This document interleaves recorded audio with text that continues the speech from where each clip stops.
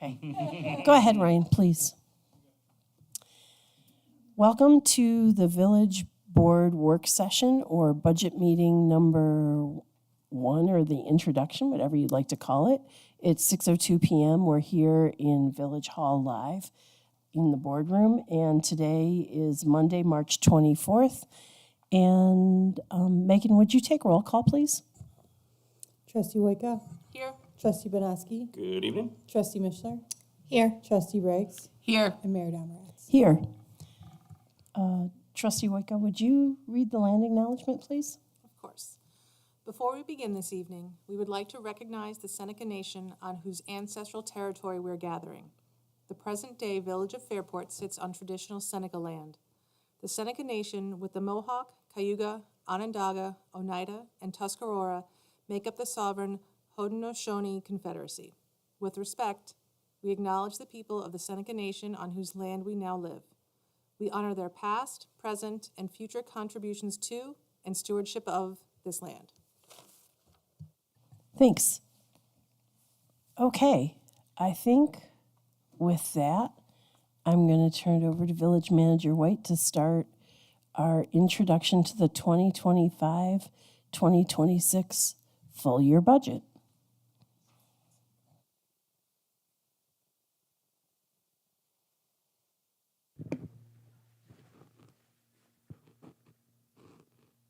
See that all right? Is this THX Yes. certified? It's what? Nothing. Just joking.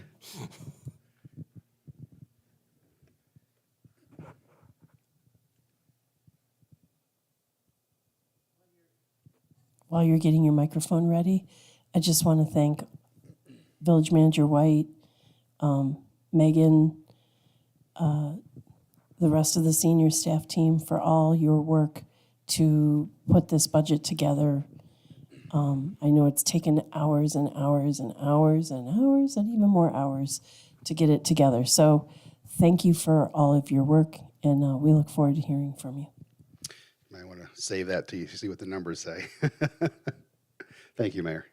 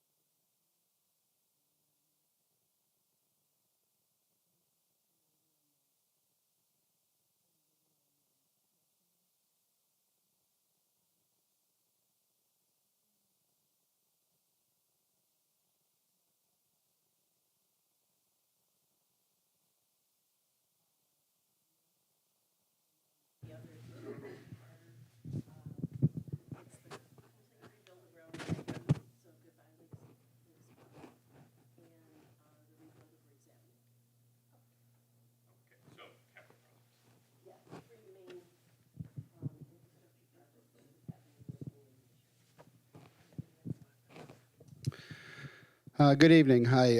Thank you, Mayor. Thank you, Village Board. I'm really happy to present to you the fiscal year 25-26 proposed budget. As you said earlier, it's been a lot of work. It always is a labor of love with the budget process, as we all know, and the budget process is an annual process that happens just outside of just the preparation of that January to March timeframe.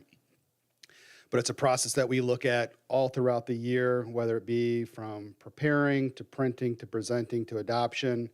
After that, it's constant, monthly reviews of the budget, where are we at, cash flow analysis, all the reports that the board gets during their village board meetings to see what's going on, what's materializing, where's revenues. We've talked, 6 months for the last 6 months about kind of where we saw this budget going, what was going on, what were some of the challenges that we thought we would face this year and have to incorporate in this budget. So, you know, the nice thing is when you're always looking comprehensively ahead and forecasting out, you start to make plans and facilitate a budget where you can kind of meet those challenges moving forward. So, but thank you for that. The budget that you have before you in print, it's hot off the press. We know there's some grammaticals and some other things like that. Most of them have been addressed and taken care of already, but we printed that a little over a week ago, or at least sent it to the printer a little over a week ago. Megan picked it up an hour ago. But all of that will be set up digitally tomorrow to the website and social media pages and for access to the public, as well as this presentation, which will be uploaded as well. So it'll be open to the public. Hello. Okay. So we'll get through this process. This is kind of similar to what we do before. You'll find this budget doesn't have a lot of surprises. There's just a couple anomalies this year that really made our budget kind of challenging. But with that said, you know, doing what we do best is getting into capital work, investing in our community, pushing the village forward, keeping our finances solvent in a place where you guys have discretion in your ability to meet new standards, respond to the economy, to things that you want to do, your constituency. This budget continues to allow you to do that, and we'll talk about that. But thank you guys for being here. You know, we have a great village board here and a great village staff. Competency, I think, is really big, and professionalism about what you guys want to do, how you want to do it. This budget reflects you guys as a legislative body. It reflects priorities and how you view this community, things that that you'd like to facilitate, continue to improve upon this village, how the organization's run. I mean, that's what a budget is. A budget is not just saying, oh, gee, well, I have $100 in my checking account and this is how I plan to spend it. Your budget is truly your organizational goals, what you plan on doing, your policy statements, your procedural statements, how your organization is going to be ran, how you operate, and how you provide those services to the community. So it's a significant endeavor, but this is probably one of the most important things that a legislative body will do in a local government is adopt your budget. And it's not, again, just the financial side of things. That's the easy thing to put that on paper, but it's identifying what makes up those numbers and how that impacts your residents. I'd be remiss without talking about my management team. They are an amazing group. All of them are stewards of this budget and the operation. They are second to none, and I mean that, even though they're not here to support me and you in this room. They should be. They'll hear about it tomorrow. But they're fantastic. PJ Kolb, our new fire chief, is pictured here. He's been a great addition to that and taken over for where John Overacker retired at the end of the year, or retired, but stepped down off of the management side of the fire department. So he's been great. But they really, really are great. They are the heartbeat of what we do here. They set the tone and the pace to the directions that we give, what the board sees, and push that out to the organization. It's nice to have that team doing that on that back end, so it's not one person always pushing it. So I really want to thank them. It's easy to put pictures up here and talk about these things when you know they reflect the values that we're trying to push forward. So thank you to the management team. Budget book format, like anything, you know, I'm proud of this. It's not just because it's a budget book format and what we provide to you. It's about the content and the transparency and the competency that this budget shows. It talks about your overview. It talks about your entire general fund. The general fund is what makes up all of your finances with respect to tax-based revenues and expenses. Capital projects, your sewer fund, and your electric fund. All your pendencies, which most budgets don't have. Glossaries, fee schedules, wage and salary schedules. No one likes to put that stuff out there. It's like you don't want people to look too far. Organizational charts, they're detailed general fund budgets and sewer fund and electric fund budgets.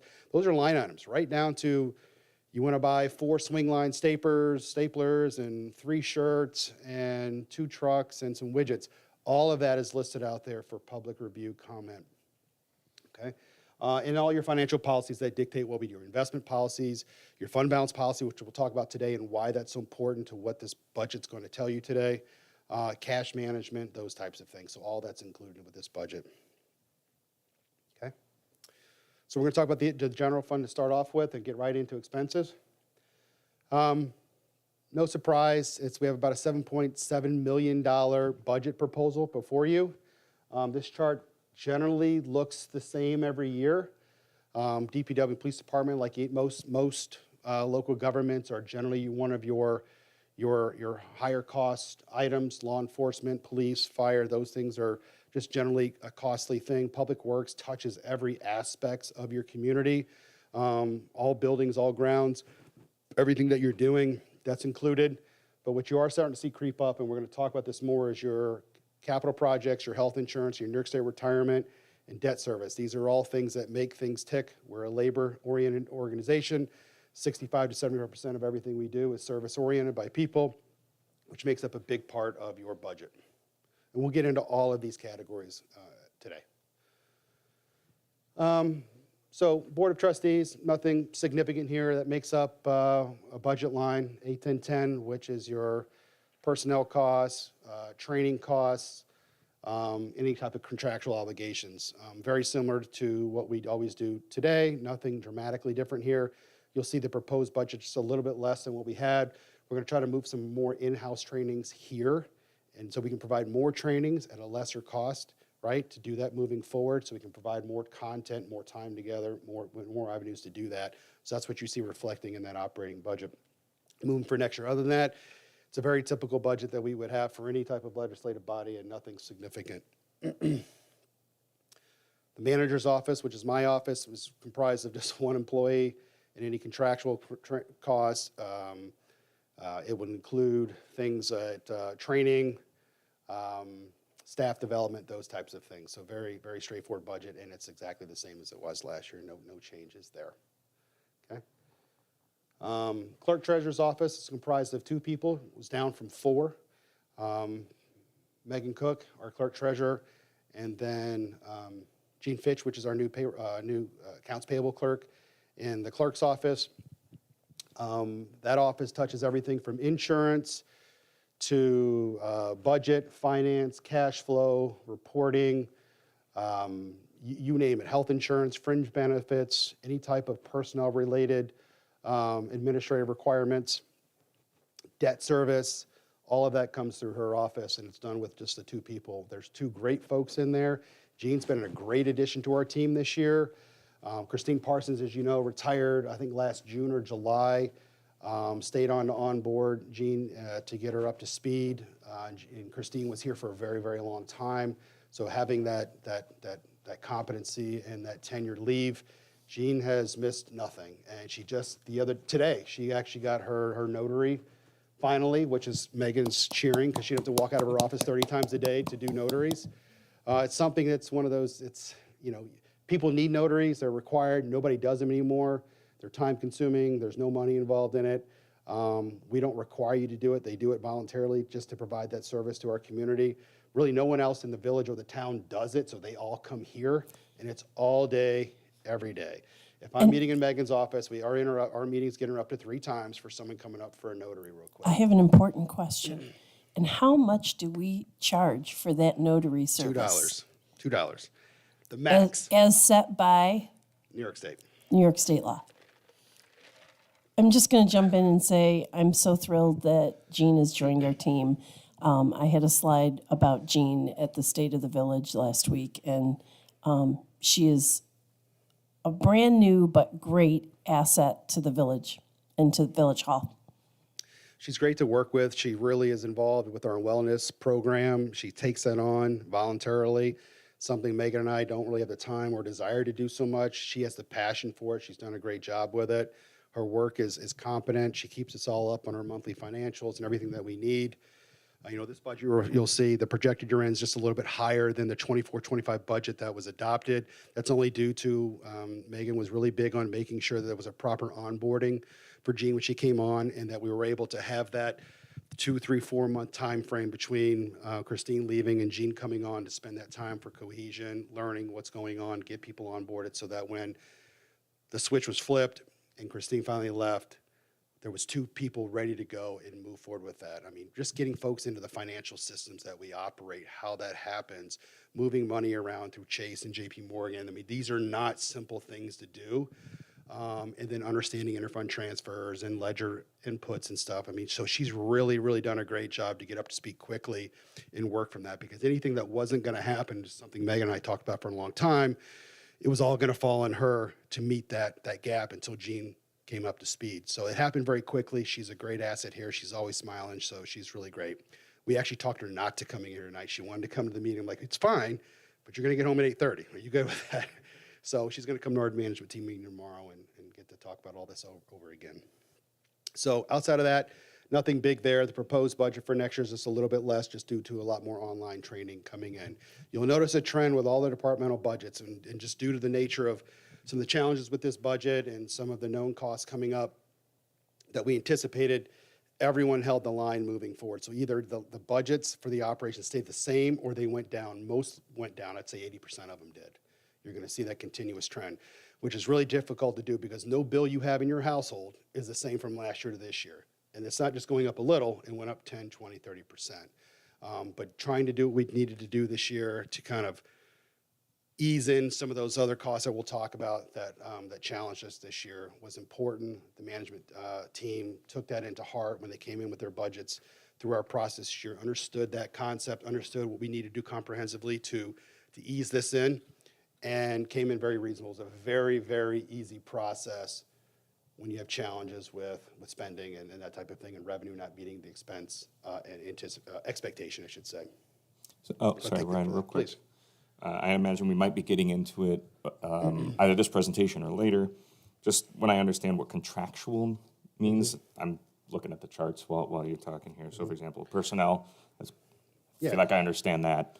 Contractual costs can be anything where we have KBS systems for software. It could be audits, anything like that we may have subscriptions to or things that we have to do. Okay. That's what that is. It would be like before, it used to be we have a payroll system that we use for outsourcing. That could be a contractual cost, things Okay. like that. All right, thanks. Yep. Central Garage. Matt and I had a heart-to-heart this year about IT and Central Garage costs. There might have been some threats. We'll never say it out loud except for here. But I said, Matt, I can't go into this budget this year with the challenge we have with IT going up 50, 60 grand a year, and they do.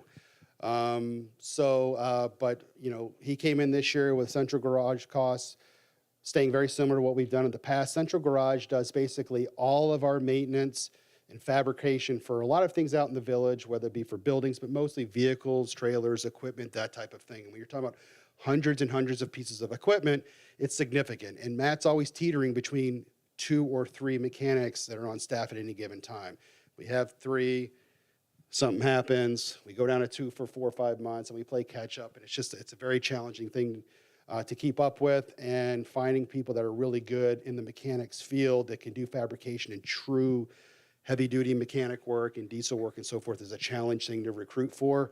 If you went out right now, I would tell you almost every municipality right in around us is looking for a bona fide Central Garage mechanic and somebody to facilitate that work. So anyway, it's staying the same. Everything's going pretty well, and no real surprises there. Public Works. Public Works, the meat and potatoes of everything you see and what happens in a local government. You know, what you're seeing for next year is really basically the same outside of a few things. We did make some amendments associated with our labor. Did some small increases there where needed to be. We're having some challenges where we need to meet with respect to recruitment and retention in Public Works. I don't think Jason has been in full staff in the last 2 years that he's been here. And it's always a back and forth. We just hired 3 people, and all of them are on board as of today, correct? Right? It just happened. Give it a month.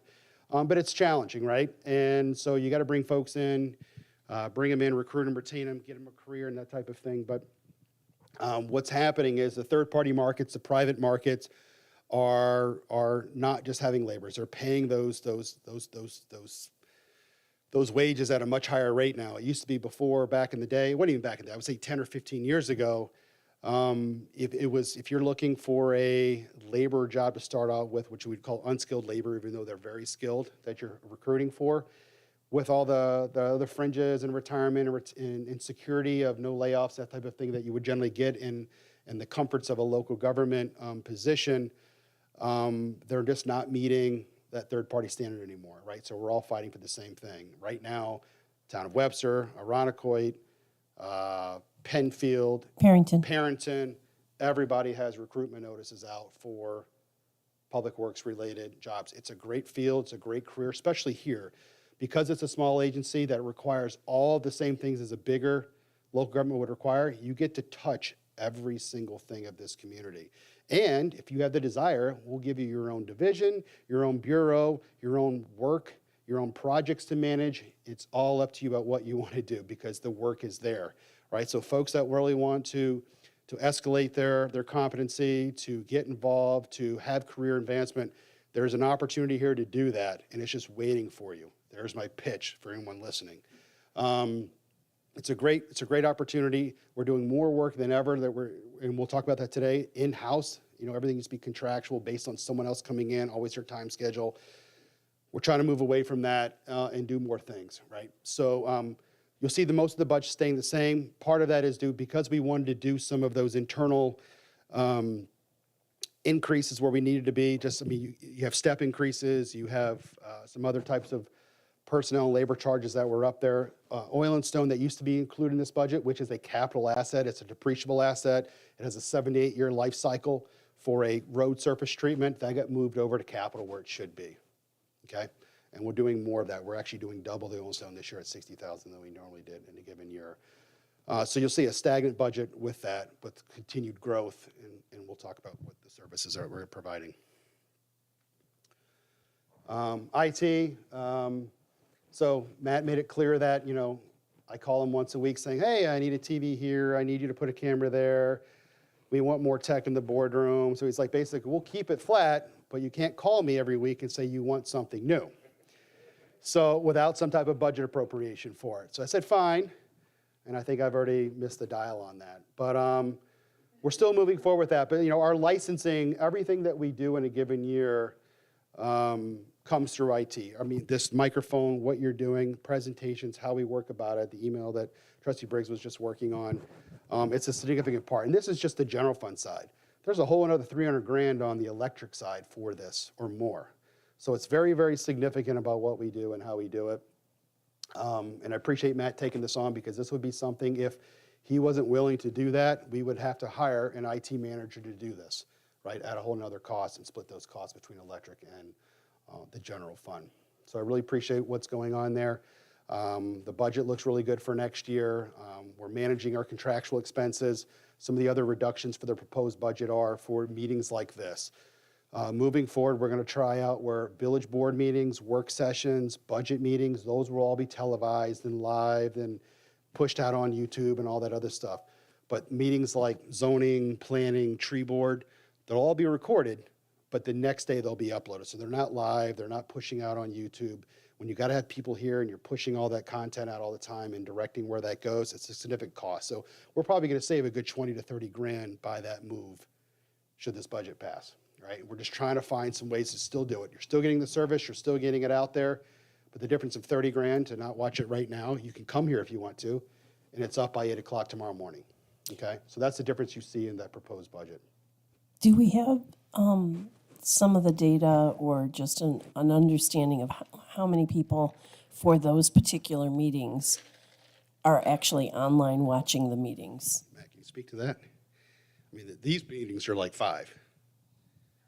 I'm talking about the zoning, all of those that we're going to record and then upload the next day. Traditionally, how many people have we had viewing those live? Typically under 6, usually quite a bit less than that. I think the biggest meeting live attendance we had last year was like 23 or 24 people, Okay, which was one of the special meetings, but very few people, but they can still be viewed the next day, and 100%. the while you're able to watch it live in the evening, you're not able to comment, correct? Correct. Okay. And I'm sure, I don't know if you can tell me, but there's probably 5 or 6 people watching now, and I'm sure it's every one of them's a department head, because they generally watch them at almost every meeting. And then we talk about them the next day, and they get to hear it again twice, so. There's 2 watching, and it's Mark Lindsay and Jill Weidrich. Oh, you're one of them, so it's just Jill, probably. That's who's watching. They told me they would. Hi, Jill. All the rest are in trouble. All right. So that's the dip you see in the proposed budget moving forward for this. We'll see how it works. If it's something where it's not working, we can always make some improvements and amendments to that. But we were picking up nickels throughout this process, trying to find efficiencies in where we could do the operation and really massage everything. Everybody took a little bit of a haircut or tried to move some things around. Yes, ma'am. So I was just going to say, I want to thank the team for trying to think creatively of how to decrease IT costs because of the fact that we have a tight budget this year.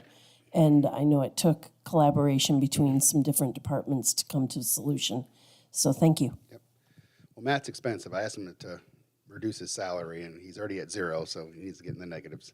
Maybe start paying us or something. I will see. Okay. So the fire department, with PJ being our new chief, those are the fire department budget as far as the revenues. Oh, I'm sorry. As far as expenses, those are directly correlated to what they proposed to us. It was a very good process this year. I know I said that last year. They kind of went down to a line item, zero-based budget. PJ did the same thing, really looking at what they did, what was their trucks, how they were doing it. He brought in actually indoor budget meetings. His equipment manager is buying these things and making recommendations to him as fire chief. So we had that conversation and, could really think about this comprehensively. Those meetings were great. In addition to that, having folks like the assistant and deputy chiefs in the room too, they become fire chiefs eventually, right? So they understand the process, and there's some training and some facilitation that happens through that process. I don't think we really removed anything that was from there of significance about what they need to do. There's a lot of capital work that's going to be happening in the fire department we'll talk about later. You'll see a little bit of the projected year-end where it's a little bit higher than what our budget was, and I was just doing some unanticipated maintenance and repair items that had to happen in the fire station this year. And we did some budget amendments and so forth to take care of those anomalies. So it shouldn't be any impact to us, or to the general fund, I should say. So, And then, if I understand correctly too, as you're talking with all the departments, not only are we looking towards next year, but making sure that we're budgeting to prevent super high years and super low years, but try to even it as much as we can. 100%. I will tell you, it's part of this process, and I always reiterate, please read the novel that's in front of that book, The Budget Message. It's boring. You'll definitely fall asleep. It explains what we did and how we did it here, and it's really a great document to see what's going on. It really talks about this, but in there's a statement that says exactly this. It's unreasonable to think in future years that you're going to get stagnant budgets like this that are fairly flatlined. And even with the end result with this being probably not what you want with tax increases, we're trying to take those things that we can't control, incorporate them in there. But moving forward, these budgets can't stay this way. You can't expect something that impacts a community like this to consistently stay neutral or have reductions. Well, I don't leave the cat out of the bag. I mean, this was the first year in the last 10 years that we did not have carryover of revenue due to either expenses that were unrealized or revenues that didn't come in from year to year, right? That's meaning every year we've been constantly living within our budgets, not increasing what we need to, trying to do the right thing with tax levy and so forth. But at some point, you hit that point where you can't do that, right? This budget reflects that when we're actually utilizing for the first time in 10 years $46,000 in fund balance, right? This will not continue to trend this way, right? We've hit that saturation point, and we'll talk about that and why we're going to start proposing certain things in the future, right? We'll get into it. Okay, but for this year, knowing what we did, the mayor's in these meetings. I preach this stuff every single week about where we're at, what we're going, what we need to do. Think about your expenses for the year end. You'll notice all your projected year ends are coming in less or right at the same. This was a tough year. A lot of expenses, high procurement costs, public works. I'd call Jason on a Saturday. Don't you think about sending somebody in to salt or do this work? And if you're doing it, get on Summit, get in and get out in an hour. And I would. He's like, Brian, you're being a little ridiculous. I'm like, I'm not. Right? Every time that truck rolls, it's $5,000. So you're doing that over the course of a real winter, which is a normal winter that we've had. This is what it's supposed to be. But those things are very, very expensive things to do. So all of them really looked at what were the most necessary things to do within all the budgets to do it. You know, don't wash the cars every week, right, for tickets. I mean, those things are discussed on a monthly basis about what we're doing, how we're doing it to make sure we meet these projections. And I applaud all the department heads for doing that. What's going on here? I guess. Police department. So the police department is a little bit less than last year.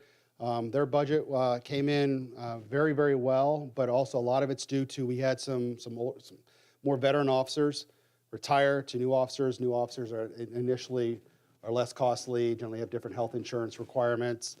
Salaries are a little bit less. Those always ramp up pretty quickly through the contractual obligations that we have.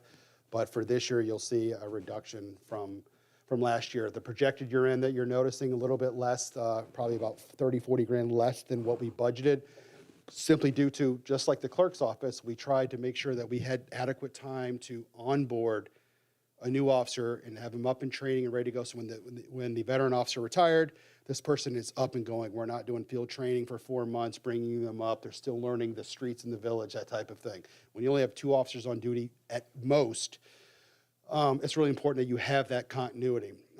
Unfortunately, the timing of when the officer ended up retiring, getting someone on, there was a gap, and we didn't have to utilize those funds for that continuity that we had planned for. But we did plan for it, just didn't work out that way through timing. People have the opportunity to retire when they want, and that's how it went. So that's why you see a little bit of reduction in the projected year end for savings, and for next year as well. We'll be starting a new collective bargaining agreement coming June 1 for the police. We're undergoing that now with electric, as you're aware of, which will commence June 1 as well. So we'll see where those impacts are. Code enforcement, building inspection, and fire marshal. Mark Lindsay joined our team 2 years ago. He's been a great asset to this. Big shoes to fill when Jason moved over to Public Works. That was the right move to make, but Mark was the right move to take over this department. Jason recommended Mark, brought him in, interviewed, and it was just a great, great process all around. Mark's had a really challenging time. There's a lot of things that had to be caught up on, things to do, a lot of challenging projects. There's a lot of development going on in the village that he's dealing with. The code enforcement issues, 80 North Main, all those types of things. I mean, they take up a lot of time. It's an office of one. And to do that with violations, all the new building plans that are coming in, constant reviews, state hearings, it's a significant challenge. These are the same comments that Jason made when he was in that. He's like, it's a position that requires more than one, right? Too bad. So he's been a great asset. He's getting very, very close to his Master Code Enforcement certification. Your projected year ends are a little bit less, which is great, but due to a lot of the books he's been able to get and borrow or do online training to get these types of things, which is saving some costs with respect to this. But while the graph looks like a significant variance, the monetary side is not. But, so yeah. We'll get into zoning, planning, HBC. Jill Weidrich leads all those departments as our planner. With respect to zoning board of appeals, this is a status quo budget. It has legal fees and training types of costs, and things for publications and stuff for zoning board agendas and those types of things. The big variance you're seeing there is the projected year end being $130,000. That anomaly is directly associated with the encumbrance of the contract for the zoning rewrite, right? So that's why you see that up there. That goes away, and we go back to your typical $10,000 running of a board, right? So nothing significant there, whatever, and that is the anomaly of this. I know Jill's looking forward to getting through this process of getting done and doing something else. We knew it was going to be a challenge. We hired her. This was something she said she wanted to do. Now she's in it. She's like, I'm ready to be done. So hopefully by mid to late summer, that process is done, and we have a new zoning code to facilitate in the village. There's a lot of new things coming up. There's always something new happening. I noticed today was at 74 South Main, which is the crematorium rotunda building, is up for sale for $850,000, and I know there's already interest in that property, so we'll see what happens there. But it's a great place for rehabilitation and great parking. It's a big lot. It's very deep. You know what I'm talking about? Formerly Curtis Got Funeral a- Home. Yeah. Okay. Starbucks is coming along really well. They're finishing up the ceiling and the little portico there, but that's gonna be nice when that's all up and going and people are sitting outside in the summertime enjoying their time and dinner and everything, so. Planning board, same thing. This is where Jill's budget sits in from a personnel standpoint as well as training. Most of everything is fairly the same. The projected year end that we looked at is a little bit less. We're projecting just due to there's legal fees we had in there that were, say for like 30,000, but we had them also having a revenue to match those, right? Because if we have to cost legal fees and utilize those will get reimbursed by the applicant, right? In this scenario, those didn't materialize, so the projected year end is less, right? So it's not that it's a win, it's just there's a revenue expense associated with that.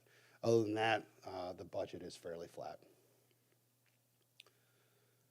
Historic preservation, same thing. Those are directly associated, the cost there for legal and also contractual costs, any type of training.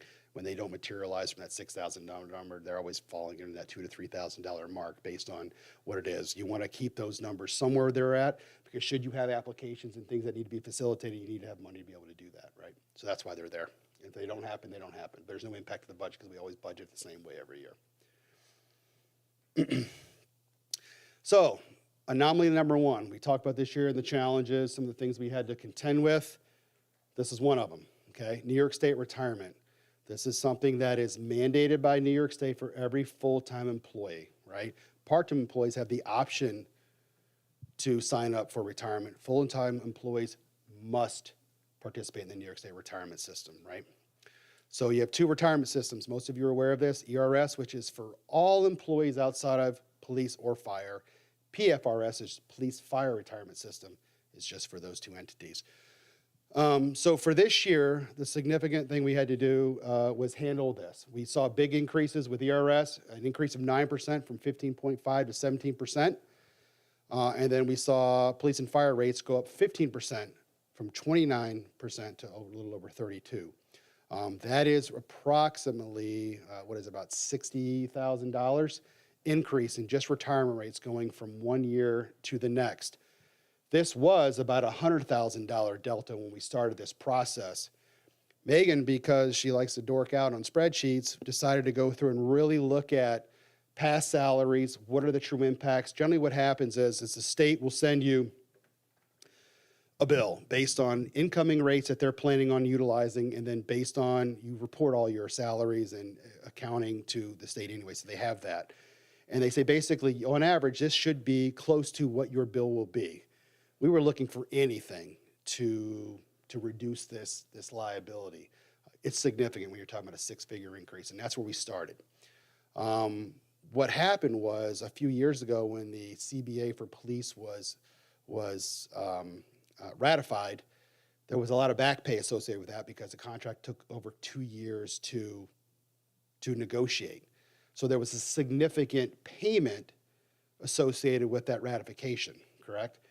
So what happens is it just happened to fall in the fiscal year in which the state utilizes to calculate ERS contributions and liability. So when we know that was going to be the 1 year anomaly and it's not continuing, we were able to do the math and calculations to show what it would be without that ratification bump. And so that's where it went from $100,000 to $70,000 when we started, which is great, right? But without that due diligence happening on the clerk treasurer side, we'd be having a different picture. $30,000 on a tax levy is about 2.2%. Well, I'm rephrase that. It's about 1% on the levy, 1.2. You were saying, Trustee Mishler? It could have been, and it had been easy just to take that number from the state as kind of gospel and say, oh, whatever. But we went back and really looked at all stuff, even for Public Works. We looked at what are the numbers, what can we really think about what it could be. That was a big one because, if you're taking it at a full staff level, ERS payments were X. But because Public Works is always fluctuating with personnel and people coming and going, whatever, there's some savings of magnitude to be had there. Between both of those, there was adjustments made in both those retirement systems to how we budget for these and put forth a plan for you guys to consider. So I applaud the clerk's office for digging into that and really looking at what was making some of those impacts to those numbers. So thank you. Health insurance, anomaly number 2. Health insurance is something that is an offer to our employees. We're involved in a trust, which we basically buy health insurance on the open market, but we do it based on our own experience levels associated with the members that are in it. There's probably 2,000 plus people or belly buttons associated with this trust, and it makes up 15 to 20 different municipalities in Monroe County and beyond. And the beauty of that is we have a broker that analyzes what's going on. We understand what our exposure is. So it's not like saying, you know, well, if Excelis was to call and say, well, your rates are going up 30%. What makes that up? How can you charge that? How do you justify that? We know what our justifications are, right? And the folks in the trust, and in this case, MVP is our third-party administrator for this. We know what they're paying out. If they charge us, say they charge us $10 million for health insurance collectively throughout the trust, we know that they're spending $9.7 million in payments, right? And that $300,000 left over would be like their profit margin for the administration thereof. So we get to see all that, which you would not see if we weren't part of this trust. And even with that, and being competitive and understanding where the numbers make up, and going out and looking for proper bids, proper proposals for a third party to administer this trust, we're still looking at, for the premiums for right now, 16% is why they're going up the way they are. And then next year, we're looking at another 12.5%. And we got that number a week into the actual medical calendar year, which starts, it's a January to December timeframe. Okay?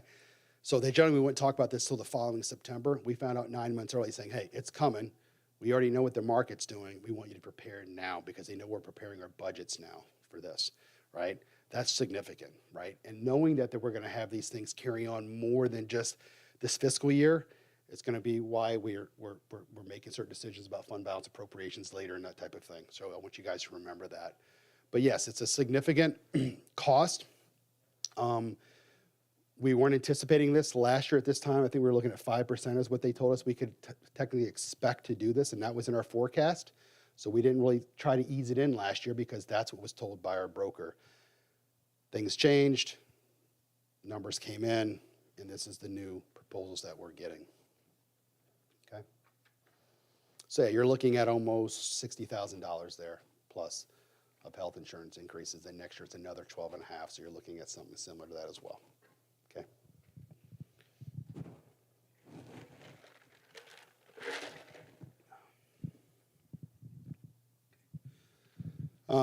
Other personnel costs, these are things such as workers' compensation, volunteer firefighter benefits, cancer disability insurance and benefits, Social Security, which is a direct correlation to wages and salary and personnel costs.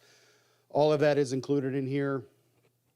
We're looking at coming in under budget based on the workers' compensation premiums for this year.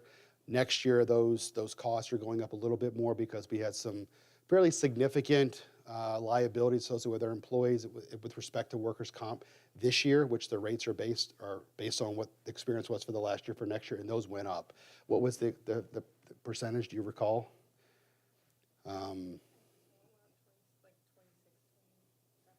Yeah, it's about a $30,000 increase, and that's directly associated with the experience or the liabilities that we had this year. We had a couple fairly significant claims, and you pay for those claims, those experience ratings, right?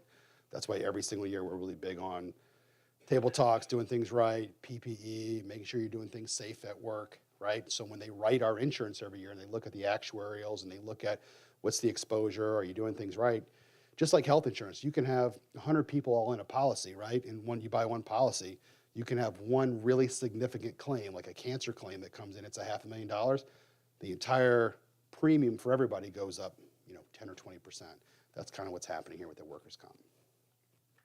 Okay. This is also done through a trust where we buy collectively in a kind of a buying group, a procurement group with a number of other municipalities as well. Megan sits on that board. Okay. Capital reserves, nothing really big here. These are the appropriations and how we do our capital fund, right, which funds the capital plan. This year, that's a $335,000 cash appropriation to the capital reserve to pay for these capital projects that we're proposing. The fire equipment reserve has $70,000 appropriation, and the rolling stock reserve is $247,000, which makes up some debt service that the town continues to pay us for, in addition to some other monies. The cash appropriation would generally be $400,000 or so, but we're also using that for some debt work within the capital plan that's been in there for a number of years. So that's what you're seeing there.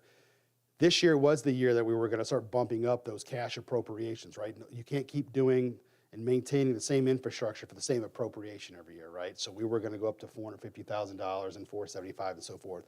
We did not ease that in this year just due to the budgetary constraints that we were working with and so forth. But next year we do plan on, and we did build that into the forecast that we'll review with you to start bringing those appropriations up for capital. You have to do it. You can't keep doing the same work for the same amount of money. So if I only say, hey, I'm only going to give Jason every year $100,000 for sidewalks. Well, if this year we did a mile, next year you're doing 3/4 of a mile, right? Right. You got to keep up with that appropriation. So all the same with the capital reserve appropriations for this year, which is a big part of your budget, and it should be. Debt service. Debt, like anything, it's a loan, right? You went out and bought credit. That's what you're seeing here. This follows our debt schedules. These are all the same debt schedules that you see every single year. However, the new one that you're looking at is you'll see the $85,500 for streetscape. Okay, that is interest associated with a bond anticipation note. Okay, so we know the bond for streetscape's coming, but it's not going to hit till next year. What we needed to do is, and this was a big conversation for us about how do we meet cash flow needs between now and when this bond's rolled up in a little over a year, right? How do we make that work? How does this happen? Because this is an $85,000 interest payment that the board's going to have to absorb in an effort for us to have cash flow between now and when this bond starts coming in, right? A big part of what we do, why fund balance is so important, unrestricted fund balance, is that, when you have 5, 6, 7 grants going on at any given time, remember, all grants are reimbursable, meaning if it's a $3 million grant, I got to go pay that before I get reimbursed, right? If it's a $100,000 grant to go buy that, I got to go buy that, have cash to pay for it. Sometimes grants are reimbursed in 2 weeks. Sometimes grants are reimbursed in 2 years. We just got last week our $400,000 for, no, we didn't even get it yet, did we? We just got the approval, Friday. 4 years in the making for a bathroom grant. We're just getting it back, right? The streetscape grants are going really well. Megan's become a Jedi with respect to federal grant reimbursement. Took a class, and we're getting these things in 2 or 3 weeks of submittal, which is fantastic. But when you have pay apps that are going to be coming in starting in May or June at $1 million of pay app, you got to have cash flow in an effort to meet that and get reimbursed. And if we don't have, due to timing of the board meeting, which we can't cut checks unless you guys approve them through your voucher system, we may have 2 pay apps of $1 million apiece going through that time. So every time you do that, plus cash flow, plus whatever else that you're doing, it makes a difference. And if I'm pulling cash out of reserves, it means it's not accruing interest. So now we're getting less interest revenue, which you're going to see directly correlated in this budget. So all of this ties together in how we looked at it. And we really looked at, do we want to do this? Do we want to take a risk, right? Do we want to get this interest and get this extra cash coming into us? Because the 85 grand is just the bill. It's not so we looked at it. But in the end of the day, we have an obligation to pay our bills. We have the obligation to make sure that when we are incurring liabilities, you have to have the money in the bank to meet those obligations, right? So that was the conversation that we had. And once we kind of really looked at the legalities of it, it was, let's go out and do this, right? So that's what's going on here, because we didn't have to take the ban. Any questions on that? I know it's kind of, Trustee Briggs.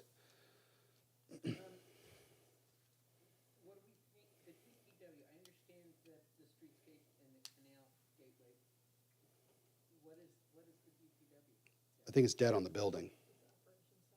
Yeah, debt on the building. It's coming off, I think, in 2 years. Yeah.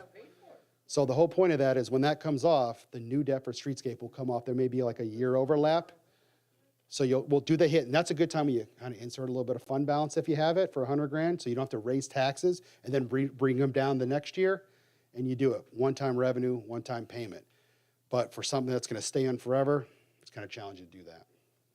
It's a good question. 100%. Yep. I mean, the streetscape was directly planned around this happening. Otherwise, you would have a significant increase. We really don't want to do the ban, but it's a problem. And we got a lot of other grants going on. We never know when things are going to come out, how they're going to materialize, what cash is going to be there. They're just really challenging, right? And you have to be able to have that there. We'll also get into, as you want to start incurring new debt, which we're going to propose some new debt in a year to do basically the Winding Brook neighborhood. You need to have unrestricted fund balance and cash reserves. Debt cash ratios really matter to get favorable interest rates, right? And while you're sitting on a decent fund balance now, we're going to talk a little bit later, that's going to significantly erode over the next 2 years based on the appropriations that we're going to be talking about. And you have to be able to have that liquidity in order to get favorable rates. It's just important and meet OSC standards.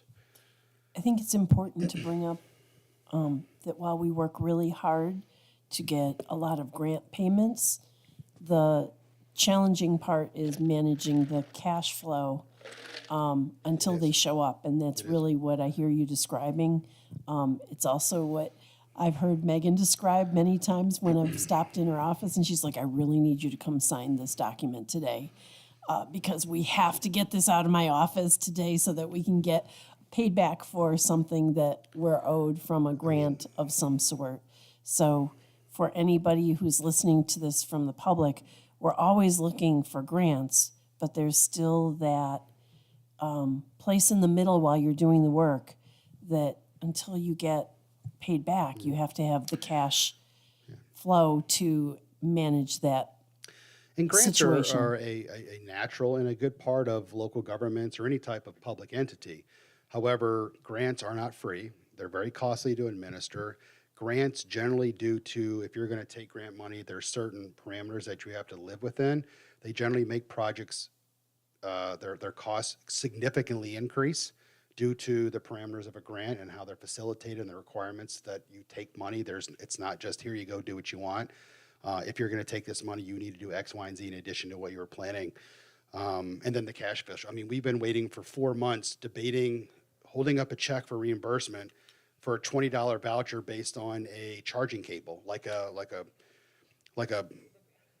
battery backup that you plug in underneath for your computer for $20. That's been holding it up for 4 months. It had to go to a secondary review, then be sent to wherever for the big boss to look at it. Like we were buying things that weren't required in the grant and using grant money to do it artificially. Those are the things that you deal with on a daily basis. Okay. I commend Megan for her persistence It's been challenging. and our teams. One thing big is we'll be doing quarterly submittals, and you'll see these in your monthly reports with the village board meetings for CHIPS funding. We're doing a lot of CHIPS work this year, $600,000 worth of it. But we don't have the cash flow to go out and spend $600,000 and do a submittal every February like we've been doing. We need that money ASAP to meet our liabilities and our cash flow needs. So as much as it is to Jason's detriment of his mental sanity, he's got to submit those things every single quarter and make sure their timings and there's certain standards you have to meet to get those in. You have to set them in at certain times. They only take payments or reimbursement opportunities at certain times, and we just have to do that. It's just going to be part of how we manage the next 2 or 3 years to get through some of this stuff. It is what it is. Thank you, Jason, in advance. Okay, so getting into revenues. No surprise here as well. It's a $7.7 million revenue. By law, we have a balanced budget. That's what's always been provided to you. And unfortunately, our biggest revenue is real property taxes. It incorporates, I think, about 47% of our budget. It's a significant amount. And that's not uncommon, by the way. But that is a big part of our budget. And that's something that's the last thing that you want to maneuver and take action on, which is what you're going to be doing at the end of this budget process. Sales tax is, I think, 27% of our budget. And again, that's something that we don't get to control. It's market-based, consumer confidence, various attributes associated with sales tax and how people spend and what people do. Sales tax is good for general stuff, but what makes sales tax is big purchases, vehicle purchases, large purchases of any kind, people doing big construction projects. Sales tax is always on construction projects unless it's abated. So these are things that when the markets are good, loans are cheap, interest rates are down, it brings all this up because now the dollar's worth more and people are willing to spend, and everything has a sales tax component to it. So right now that we're seeing is, it's very volatile. There's nothing within the economic standards and things that we look at that tells us that it's moving anywhere from where we're at now. While we'll get to that slide, sales tax we believe to be flat. That's where our projected year end is at, I think, $2,049,000. It's where we budgeted last year, and it's where we're budgeting for next year. We don't want to be off by this on 1 or 2 points and be off by $70,000 by next year. It's not a lot of money, but it is on a $7.7 million budget. Okay, our sales taxes that we get and our quarterly payments that we get from the county when everything has been, reviewed and solidified, we're getting a 4% increase one quarter, then a 4 or 5% decrease the second quarter, and then it goes back up. I mean, it's all over the place, right, about what's going on. We don't know what's going to happen with the next one. We're going to wait like another month to get it. So we'll see where that's at. Fire protection, again, is our third one, and that's all correlated to true expenses. So it's not like we're making more money. It's truly directly associated with reimbursement of our expenses, what the town of Parenton and the cost sharing analysis that we have. Okay. So we just talked about real property taxes, 47%. That major jump is showing a 10.54% increase in real property taxes for this budget in order to balance it. Okay. Real property taxes, or the tax levies, amount of money raised by taxes alone. That's it, right? So if you have $10 million that you want to spend, right, a budget, right, that's your expense load. You want to do $10 million worth of projects, and you only have $7 million of all other revenues, so fines and building permits and notary fees and sales tax and mortgage tax and franchise fees. If that only meets $7 million and you still want to spend $10 million, that $3 million gap, that's what you fill with real property taxes, right? That's what you're going to levy on your residents in order to meet that spending obligation and plan that you want to facilitate, right? So that's what's happening here. Obviously, this budget exceeds the 2% tax cap law that's set forth by New York State. The board already took the steps necessary to override that should you continue to move forward with this proposal, but you have that obligation to do that now. For most of you already know this, but this kind of breaks it down a little bit. Don't worry about the graph, but the other stuff I'm going to talk to you about is the property tax cap was put in place so that municipalities really had to take a hard look at, to control property taxes. California and New York have the highest property taxes in the U.S. So the legislator put forth a process where, if you want to do this, we want it to be a very open and vocal and transparent process. We want the public to know that you took legislative action to do this. So they said, basically, if you're going to override it, we want you to take legislative action, which you did through local law a few months ago. What's happening here with this one is the tax levy that we proposed, which is a 10.54% increase, is a $340,000 increase in revenue. That's the gap that we have that we want to spend that we don't have revenue for. We're trying to raise $341,000, okay? The tax levy allowed under this calculation by law is $117,000 that we're able to raise and still stay within that 2% tax cap. Now, it's actually 3.62% increase, but it still falls within the 2% tax cap when it comes into exemptions. They give you exemptions for when retirement rates go so high up, or other types of growth factors that are included in this calculation, right? So obviously between the 10.5 and the 3.6 is about 6 or 7% of additional spending that we need to get. So the amount over the tax cap for you guys is $224,000 or 6.68%. So you're really looking at the budget. Just to stay net neutral, you're allowed to go 3.62. So you're really raising taxes about 6.68% over the 2% tax cap growth factor, okay? And that's really important to recognize what you're doing here, because it's important. Even the state recognizes that you can't stay within the 2%, and they're giving you that 3.62% to say that you're staying within your typical inflation measure.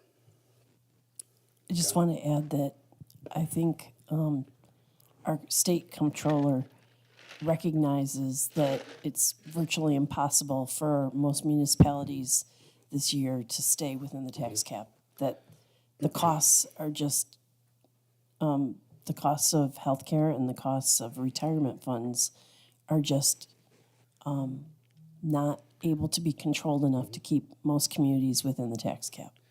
If you look at this, I mean, without, it's kind of hard to see. The exclusions in here, I think there's about a $6,000, $6,700 exclusion. That was supposed to make up for the $100,000 delta in retirement increases. They only gave us $7,000. All the rest you're supposed to absorb naturally. So if that was the case and you had a $100,000 retirement increase in that, it's about $90,000, that would be a 4% increase in the tax levy on our budget just to absorb retirement. And they're only giving you a $6,000 exclusion on the tax cap. You have to bury that and find a way to absorb it within your own budget. It's not a realistic calculation or expectation, right? That's How do why they come up with that exclusion number? I don't know. Oh, They don't know.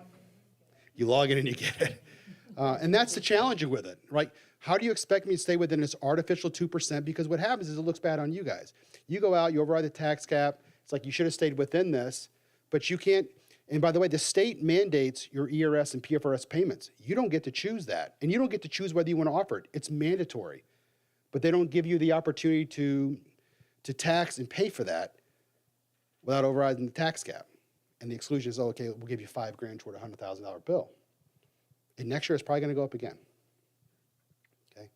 That's the challenge with it. It's very, the system's kind of set up against you with respect to this, and it kind of puts the onus on the local government to kind of take it and find other places to cut. Well, when you've been doing it so long and you've been squeezing the lemon so much, there's just not a whole lot left anymore. Like I said, we're using fund balance this year for the first time. Okay? Any questions on this? You're going to have to take some time to probably review it, go through it all, but I'm just kind of giving you a brief overview of this. Okay. We already talked about sales tax, but again, making up 27% of our revenues, it's significant. So you're talking about a quarter of your revenues that are completely uncontrollable and dictated by consumer confidence in the market, right? Everything, news, stock market prices, politics, presidents, weather, natural disasters, all of these things affect sales tax. Interest rates, okay? All things that are very volatile. They go all over the place. You can't predict them. You can use certain factors and anomalies to look at it, but this is something that you don't get to really look at. For a long time, especially post-COVID, when everything kind of fell, the only place you could do was go up. So sales tax kept going up significantly, and as our cost to operate, which weren't exorbitant, would go up 3, 4, 5%. Other revenue factors were going up with that, right? As structured expenses went up, revenue went up to meet that obligation. Well, when you have all of your budget going up 3, 4, 5% in a given year, but only 25% of your revenue is going up to meet that 3, 4, 5%, you're always 75% below, right? You're always lower than where you need to be. Because again, all our other revenues outside of sales tax are fairly flat. The other 50% or the other 25%, because 50% is property taxes, 25% sales taxes roughly. The other 25% is, notary fees and clerk's fees and franchise fees and mortgage tax fees. None of those move drastically a lot. They all stay in a ballpark of where they're at, up or down 10% either way, here or there. So when you're looking at those types of things, they don't have a lot of fluctuation. So when you go to look at how do I meet the difference between my rising expenses and my revenues not meeting that, is you have to unfortunately raise property tax unless you find some really creative ways to do revenue, whether it be application fees or parking fees or whatever the case may be, right? Whatever that might be. Maybe we kind of start our own car wash facility or storage facilities, whatever. Got to think outside the box. But I mean, that's what it's going to take. Erect 10 more cell towers. Those are very profitable things to do, right, Matt? Cell towers. I was coming into this meeting with a misunderstanding then. I was thinking sales tax revenue was down, but it's actually more stagnant. Well, It's so just it's how you look at it. So for us, we we forecasted where it was going to be, so it's meeting our projections because our projections were right on. We can always say that sales tax was down because our projection was off, but they're not. We projected exactly where it was going to be, and that's where it's coming in. If we said, like most people, oh, sales tax is going to go up 3%, and then it doesn't hit our artificial assumption, our projection, then it's, well, sales tax is down, guys, right? Because it's not meeting our uneducated proposal that we put in the budget that you guys adopted. I mean, that's what happens. So Megan and I have looked at a lot of budgets over the last 3 or 4 months, and I will tell you, a lot of folks put in very artificial sales tax projections. They're never going to be met, right? When you're talking about 3-4% increases to these types of things. And this is an anomaly for us. If you go look at, we're following budgets throughout the entire state. Everyone is dealing with these same issues with respect to retirement, operating costs, labor costs, and health insurance. Everyone is looking at significant increases to their budget associated with this. All of them. This is not, these state mandates hit everywhere, right? A lot of places had significant increases last year. We did what I think a 4 or 5% increase in the levy last year. So they're not unique to us, but they're something we need to be able to deal with. Okay. We already went through fire protection services. Again, they're a direct correlation to the expenses that we have, and that payment is provided to us by the town of Parenton based on our formula. They're fairly flat to what they normally are. Okay. Pilots, payment in lieu of taxes. So if you don't get a tax bill, which is computed by your assessed value times the tax rate, you get a pilot, which is a custom plan provided by an industrial development authority like a Comida or a Fairport IDA or OSED to somehow artificially change your tax bill in lieu of an economic development scenario. All the line items you have before you have pilots within the village of Fairport. Those are all contractually based with contractual schedules. And so we know what those are ahead of time. And that's what's listed before you. Brian, can you just go back to the fire? Sure. The fire protection Sure. one? So most of the budgets are staying pretty stagnant. This one's going up 10 or roughly? Roughly 10,000, you know, but we're buying things. It's capital appropriations that are built into that. It's not just operating costs. It's fire, it's debt, all those types of things that are hitting this thing comprehensively. You're not seeing in here broken out. It's just coming through Okay. a computation. We're more than happy to send you that Sure. computation if you'd like to have it. We make a note to that, Megan. We'll forward that to the board. So it includes all of that, okay? In addition, you'll know, like, you know, we have paid personnel with fire department, right? We have, I think, 9 or 10 employees that do station duties and labor work and other administrative duties over We there. had that last year, though, with We last did, year's budget. we did, so but that's- those go up every year, Okay, right? So different costs, general liability insurance, costing, our cancer insurance for these go up every single year in premiums. So when you're looking at a $10,000 difference, it's de minimis compared to what's really happening with that. It's a good question. Rental of real property. These are our things that we have contracts for, whether we get payments from FMC or OSED or T-Mobile or Dish or whatever. All of those are fairly stagnant for what we do, and they're contractually based on contracts. Nothing really significant there moving forward, unless we get some other type of contractual things. One thing you won't see in here is like we've had things where we would get, maybe it's in the next one, things like we would have like revocable license agreements or something for somebody used a patio or whatever. Well, we don't have the wine shop anymore, and other places that we're kind of doing these types of things. So you won't see that in this budget like others, but those were fairly de minimis, $1,500, $2,000 costs, those types of things. So we're always looking for opportunities to do these types of things. You know, FMC's looking at maybe a cell tower on their property if we can come to terms and conditions on that. But that'll be something that the electric fund absorbs with revenue, not the general fund, because it's on their property. Yes, ma'am.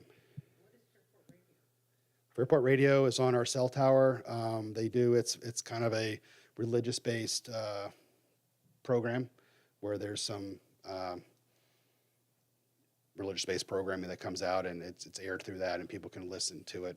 They're one of the first people that kind of hopped onto our cell tower when we built it, and it didn't take away from the other big four coming on our cell tower, so we just added them on, and there you go. And all of these contracts have escalators, so we're getting 3, 4, 5% additional increases every single year on these contracts.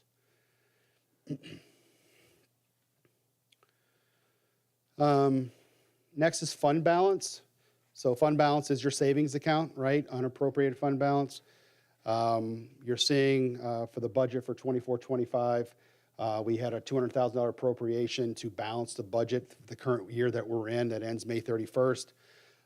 We only believe we're going to need to use about $46,000 of that in order to balance the budget. I know I could say it different ways, but that's what's going on. For next year, with this budget, we are not proposing using any fund balance, which would be the first time we've done this that I can remember, right? Generally, we would carry over fund balance for, say we had a $10 million budget and we didn't spend everything, but we taxed for the 10 million, right? So we'd have 300 grand. We only spent 9.7. We'd have 300 grand that we can use to carry over to next year to help soften that tax increase or whatever the case might be and reappropriate that money. We're not going to be doing that this year, right? It's got to live on its own merit, but we're going to talk about why and the compound issues that are going to be happening over the next couple of years. The board has the option to always appropriate fund balance, and you can do that, but we're going to explain to you why we believe that might be a bad idea based on what we believe the factors are going to be happening in the next couple of years, okay? This screen doesn't matter so much, and it's something that we'll get into more with the budget. But the big important factor is what I was talking about with fund balance. The board sets forth a fund balance policy that mandates whatever your adopted expenses are, that you have 20 to 30% of those adopted expenses, the price of those, in savings, right? Rainy day funds, making sure you have cash flow needs, requirements by OSC, the State Comptroller's Office, whatever the case may be, right? So what we're saying is through all of this, we project our fund balance as of June 1, 25 to be 2.5 million, okay? On a $7.7 million budget, it's pretty healthy, okay? And it should be. What we're saying, though, is if you met the minimum standard of your fund balance policy, you'd have to have $1.5 million in the bank. If you're at the top end of that policy, you'd have to have $2.3 million in the bank. What this shows is that you have 33% or 3% more or $260,000 more in there than what your max threshold is for fund balance. So you're like, well, gee, Brian, why don't you guys just make this really easy for us this year? Take that 260, appropriate it to subsidize the levy increase, and we just kind of finish the budget meetings tonight, right? That's the easy button. What we're going to get into is that over the next couple of years, you're going to be appropriating $500,000 minimum to fund balance in addition to 5% increase in the tax levy over the next 2 years, which is going to keep the levy down, which is going to keep your fund balance down to about between 23 and 25%, right? Which is getting at the lower end of that. The reason why we're saying that's the right way to go as well is that we're showing now that we're not carrying over any money. Every year you've been looking at your budgets, and every year we're having less carryover. And so this year we finally hit that saturation point where there is no carryover, right? The budgets are so thin, staff is utilizing all the resources available to meet the objectives in the budget, okay? So what happens is once we erode at this, there's no way to build it back up, right? And you got to have cash flow. You got to have 23 to 25% in there. You as a legislative body, I've never seen an elected official overtax more than they need in order to put money aside in the rainy day fund, in your fund balance, right? In your savings. You're never going to do that.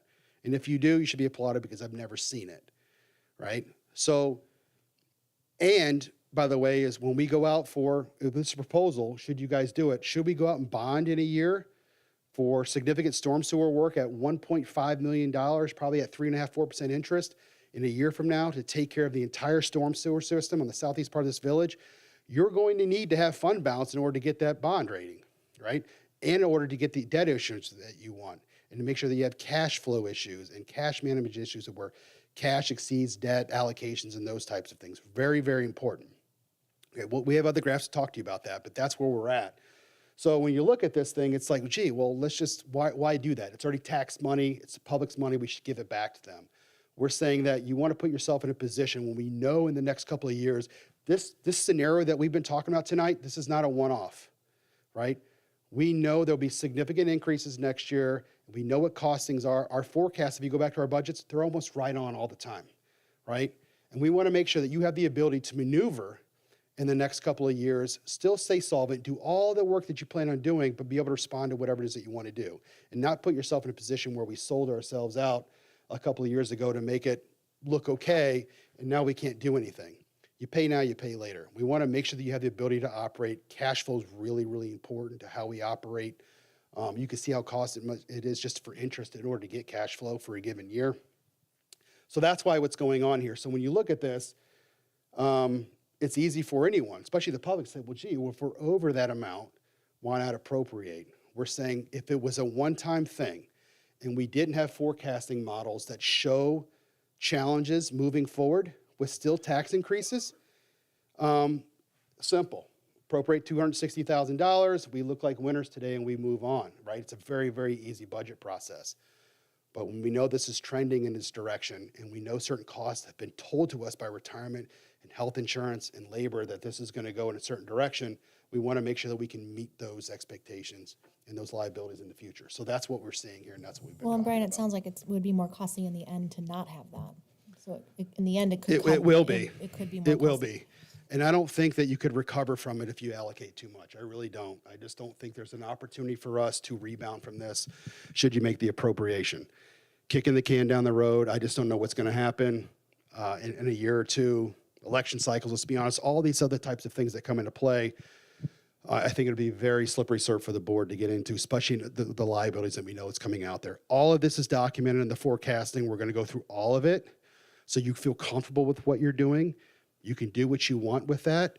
But my thing is that's the de minimis amount that you're going to, where we're recommending you appropriate from fund balance in the next 2 years. And that's still adopting budgets with 5% increases in the tax levy. You most likely, especially next year, won't want to have a 5% increase in the tax levy, especially after a levy like this that you're dealing with this year. So you may want to say, Brian, Megan, appropriate another $100,000 and let's give everybody a break. So we bring that down to 2.5%. Well, it still has a structured expense to revenue issue that you're going to have to deal with the following year as well, right? So, but you need to have those opportunities to be able to deal with that as it comes around, have the money to adapt to those scenarios, make decisions that you want to do. But if you do it all this year, I'm afraid that you will be having significant issues over the next couple of years, right?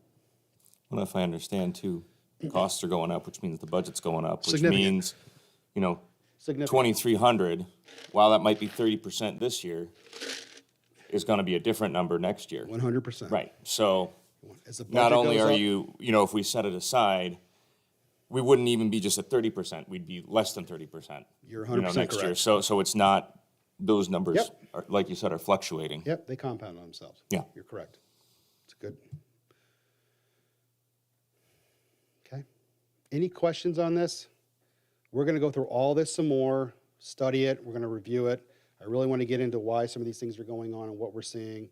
The forecasting is correct. And if you think that we're too conservative in certain assumptions, the assumptions are listed under assumptions. And we can adjust those accordingly, right? And absorb or take less risk to what your comfort level is, and we can adjust these numbers, right? And if we find out that, hey, we're willing to add more sales tax in the next couple of years than will be adjusted, and that gives us another $60,000, then fine. The tax levy comes down this year, we appropriate more money in hopes that we materialize those sales tax projections in the future. We have the ability to do all of that, right? You have to feel comfortable with what you're doing. And we'll make sure you have everything that you I need just to do want that. to add something that perhaps the rest of the board wasn't on the board at the time, was during COVID, this team of Megan and Brian did the most amazing job of forecasting and projecting what was going to happen from a budgetary standpoint, and they kept us in a very good position through COVID, which not all communities came out of it that well. And I really respect their ability to figure out what the trends look like. They don't have crystal balls, but man, they work really hard at trying to get a crystal ball to figure out where things are going. So I just want to commend you for your efforts in that manner. These are really, thank you, Mayor. They're really tough decisions when you're looking at this, right? And you guys are the ones that have the final say and have to do the hard decisions on this and assert liabilities on your residents, right, that you represent. I will tell you from a staff's perspective, we look at every single dollar that's in this budget as if it's our own, like if it's my money that we're spending, right? And we look at it intently like that to make sure that we're doing the right things and making sure that Fairport stays in a good position for the short and the long term. That's what we care about. An easy decision this year would have been just to do it, kick the can down the road, and hopefully things change, right? And if whatever happens, happens. I don't make revenues and expenses, and we just move on with life and we deal with it. We firmly believe that putting a plan that really looks long-term in what we're doing, and especially when you know certain things are gonna happen or certain expenses are gonna be there, it's hard to ignore those facts, right? And when you start doing the math on them, and it's pretty simple math, it requires substantial increases to the levy. You know, doing something at 10% plus this year, whatever the board decides to do, plus a 5% next year and a 5% after that, those are tough. No one's gonna wanna do that. You're gonna wanna have the ability to adjust that. You're gonna wanna have the ability to maybe lessen that burden. You're gonna want to, right? And we're gonna do everything we can to do that as well. But when you're looking at very simple sales tax projections of 1% increases, you know, 5, 6, 7% increases in ERS payments for both over time, over the 2 years, the debt issuances that we know are gonna hit the books in 2 years for the principal and interest payments. Like, we know all those, and those are factored into these types of these things that are in your models. They're gonna be very, very close to what this is, all right? But it scares me to have a fund balance that starts to get low where you're getting close to that 20%. You're not legally allowed to go underneath that unless you change your own fund balance policy. If you start doing that, you will not get debt again. We will start to have decreases to our bond ratings, which we're at a AA now. We've worked very hard to get to that level. I have no desire to erode at that because you don't get them back up anymore. You just don't call them and say, oh, I did really good this year, and look at our budget, we're great. It doesn't work that way. You have a track record of competency and long-term planning to make sure that these things stay where they're at, right? Brian, historically, has Fairport typically had a 20 to 30% fund balance? Yes, yes. We've always stayed within that area. We've always fluctuated within that. And that's where you should, right? You know, but the whole point of that is, so when you have these one-offs, or you have, like, say you had a year like this, which just like, hey, you know what? This one liability came in, we need to appropriate $600,000. It's a one-time expense. Next year, we know we're going to go back to our normal state. You should, in my opinion, you've already taxed for it. It's there. It's public's money. Appropriate that. What I'm saying is, and what I think our team is saying is, this isn't a one-off. This will continue over the next 2 or 3 years. And there's a lot of volatility in the market. I feel very confident saying this, recorded, that where we believe we're going to be at and the liabilities are going to come, they will materialize, right?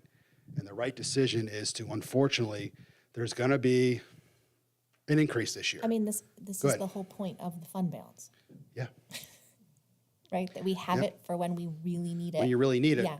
But it's also something where when you have it, you got to have this level and just never touch it, right? So it's not like you just have cash and it's like, I want to go do something today. You're required to have savings, right? You're required to have, they don't call it that, they call it just rainy day funds or whatever, but it's meant to have work within the confines of that.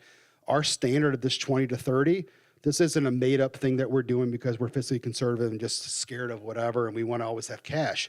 It's the standard, right? It's the standard.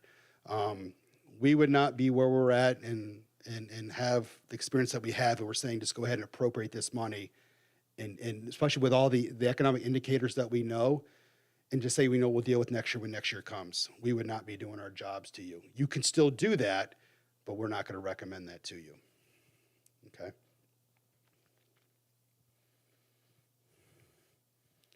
Anything else on this slide? Ask it. I mean, feel free. Okay. Everybody has some candy. Enjoy your snacks. All I want to say is, so if you go back to AIM-related payments, which you don't have a slide there for, No, it's because it's stagnant. I'm trying to reduce the presentation. it's stagnant. However, last year there was a temporary assistance, which came to about $14,000. Right now, the status of this is that the Assembly is pushing for a repeat of last year, which would end up being about $14,000 in addition. The governor's office, it looks like the governor's office is supportive of that same temporary level. The state senate is trying to get it to double. Yeah, so we already got the 14,000. And by the way, we did budget as if we're going to get that. The For full, state- the The 14,000? 14,000 we got It last looks- year, but we're it trying to get looks- another 14 on top of that. Right. Right? It's not a lot, and it should be a lot more, but we'll take it. Right. You want to give me 14 grand? We'll take 14 grand. We'll see what happens. This is a kind of a strange year. We always watch the state's budget, what's going on. Nothing is out there. The budget should be adopted by now. There's nothing going on. Who knows when it's going to pass? But there's a lot of things that are still out there with the state budget that impact us. A big one for us is we can't do the capital work that we do and do the work that we have without our CHIPS funding and our appropriations. Right now, we're getting about 800 grand a year. Jason, I'm talking about your budget. And it's very, very significant that that money comes. We can't meet, should that go away or even be eroded by 20%, we can't do half the work that we're doing in the village. We're about to embark on a very, very rigorous year between streetscape, Briggs, railroad. We're paving 3 whole streets this year. We're doing all the sidewalks on those streets this year. We're doing all the manhole and catch basin repair on those streets this year. The tree trimming on them, we're giving the way it should be, doing the whole thing. You're doing 5 or 6 streets of chip seal this year. A lot of work, about 500 grand worth of sidewalks, in addition to $200,000 of sidewalks, which includes that 500, of just random sidewalks throughout the village as well, right? A lot of work. In addition, we got a bunch. We'll get through all those, but it's a big year. It's a big year for us. So while, the budget itself requires an adjustment upward for the taxes, it's not like we're doing this just staying afloat and there's no value to the residents. We're going to show that there's significant work and contribution and investment.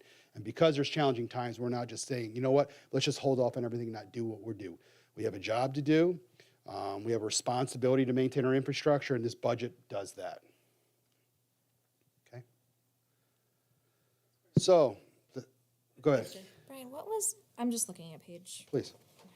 my eyes are so bad. 58, the fund balance page. What was that 46,000? That's the use of fund balance we're doing this year to Right, balance the budget. but what was, what Just, was just, it? just accumulation of money needed throughout the budget. Okay, so a variety of expenses that came up that we Yeah, use just fund not, just balance not for. one-off thing. Yeah, it could Got be it. 10 Okay. bucks here, 30 bucks there, Okay, 100 I bucks thought there. it was like maybe one thing that. Nope. Okay, And I think we'll be pretty close. the IT expenses? I'm just kidding. Right, we didn't. We planned to use 200 grand to balance the budget. 201, So we're okay. actually using $150,000 less than we planned, but we're still using fund balance. Generally, in the past, we just don't use our fund balance appropriation. Got it. Now we're eroding into that. So yeah, we're still $150,000 difference between expenses and the revenue, but we're still using some. The 46. Yeah. Got it. Which starts to signal a thing where structured expenses are not Right, meeting up because to you your did use the revenue. rainy day fund for You got it. something. I You think, got it. yeah, I remember some of these conversations. You got it. Yeah, okay. Okay. I asked Jason not to spend all his money, but he's like, if you gave it to us and the board gave it to me and adopted it, I'm gonna spend it. Not so much. Quiet down, Jason. All right? We love So- you, Jason. We love the DPW. The slide that you guys all want, and have already looked at already. This is what's going on in the budget. This is what the public cares about. This is how you explain it.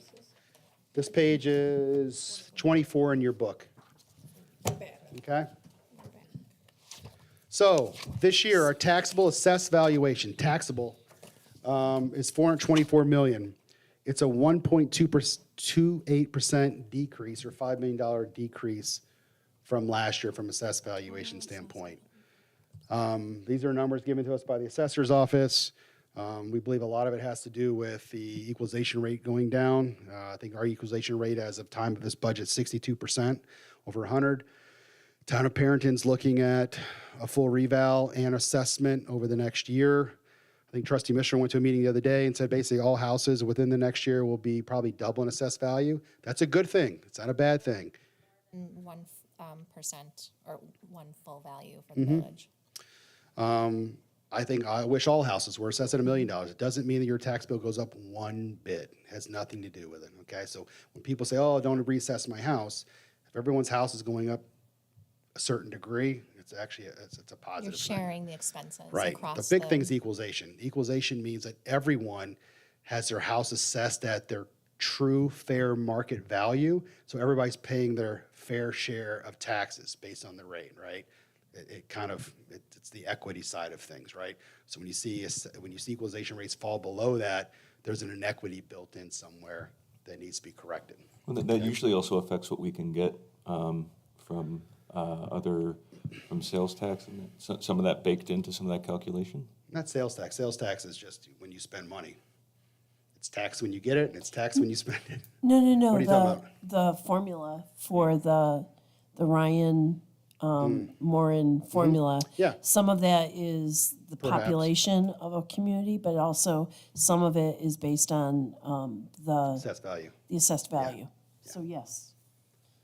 The tax levy with this proposed budget goes from 3.2 million to 3.5 million, or 10.54% increase, which we're raising.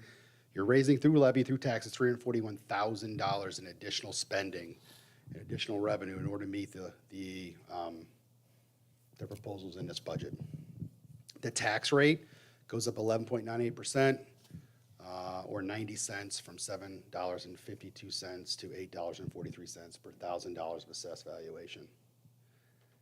Okay. What does that mean to the homeowner? The median taxable assessed value for a single-family home is $180,500. So your average tax bill will be going up 12%, or the average tax bill increase is $171, or $14 a month roughly, is what this budget is proposing. So you can see what's going on is our general fund budget, we don't have a spending problem. It's only going up 2.9% with all of this going on.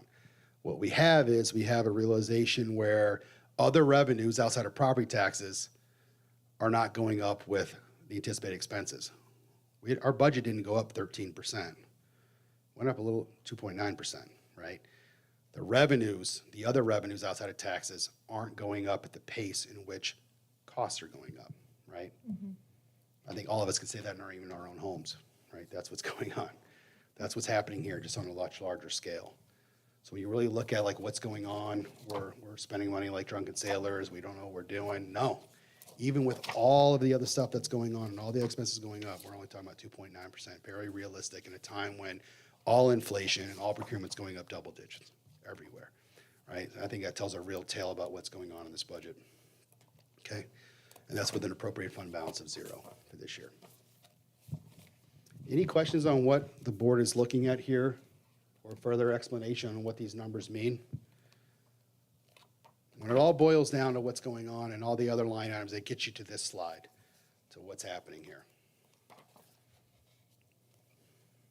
So, health insurance went up $60,000. Yep, Retirement went up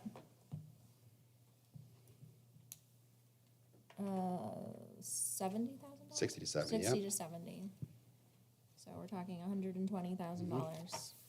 Debt's 85, workers' comp 30. Okay, But what also the delta is that you still have a delta there. Remember, we're not using fund balance. so that's That's- roughly half of the $341,000 that And we're. you're not using fund balance. Right. That's it. But that's what's it's what's really that- controlling this right, number. it seemed All, the number. There's only a few numbers here. that's it. This is a very, very simple budget as far as what's going on here. All the other departmental budgets, you saw them. They're flat Most of them or are down. We're going down. It's not a spending issue. There's 3 or 4 anomaly things that are happening right now that we're trying to manage around. You said it. Retirement. Debt, retirement, healthcare, and just your basic labor cost that increases on a daily basis, right? And they're not significant. They're just normal operating things. I tell you every year, no matter what you do, you're always going to have a 2 to 3% increase in tax levy just with labor-related things that happen in a given year that just are constants, right? No matter whatever you do. But every year that we're here, we don't always raise levy by 2 or 3%, right? Because we we're have always not keep since I've been absorbing on and the keep board in the eroding. But last at the end of the 5 day, years. you still have to have money to operate in. Yeah. I'm sorry, what did you say? I mean, this has not been the pattern. I've served on the board for got 5 it. years. You got it. This is an anomaly. Yeah.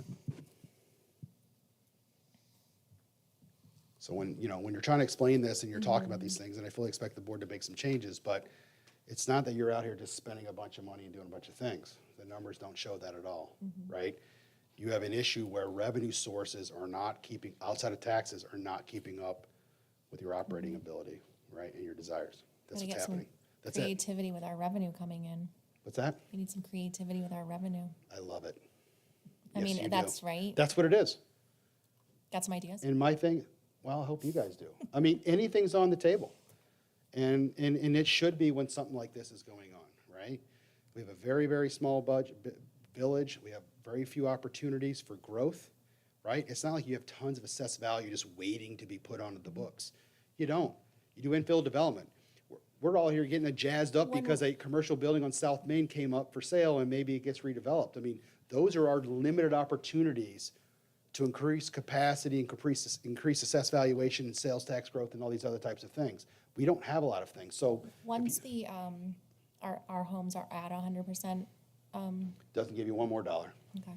not one more dollar. The only thing I can see that might make a difference is The tax rate is going to go down because assessed value is going to go up drastically. as more nothing. Tax homes rates going down. come back onto the market. Right now, we have very few homes that we get any sort of mortgage tax because there's really nothing available to buy or sell.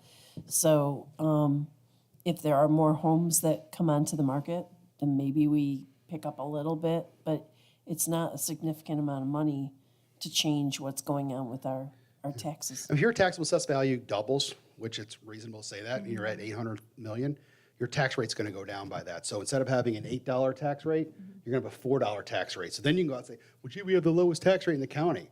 Well, if it's $4, but your assessed value doubled, you're paying the same tax bill, right? So everybody touting right now that, oh, we have the second lowest tax, it's all smoke and mirrors. It means nothing. Tax rate The means amount nothing. of money is still the amount of money. Means nothing. Okay? Levy and assessed valuation, that's everything. You guys want to take a quick break, or? We got to get into capital, electric, sewer. Take a quick break? I do. Okay. Let's take, for anybody watching online, we're gonna go offline or go on hold for 5 minutes, and then we'll be right back. Thank you for your patience.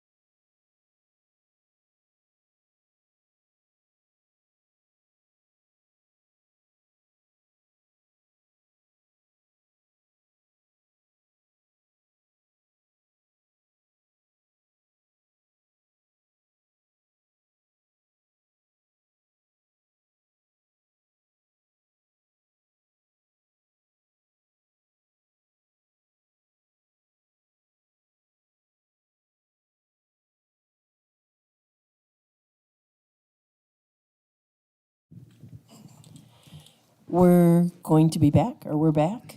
We're gonna head into the last portion of our budget information meeting here at Village Hall. And Village Manager White, it's all you. Thank you, Mayor. So we're going to briefly go over just some capital projects that we're proposing.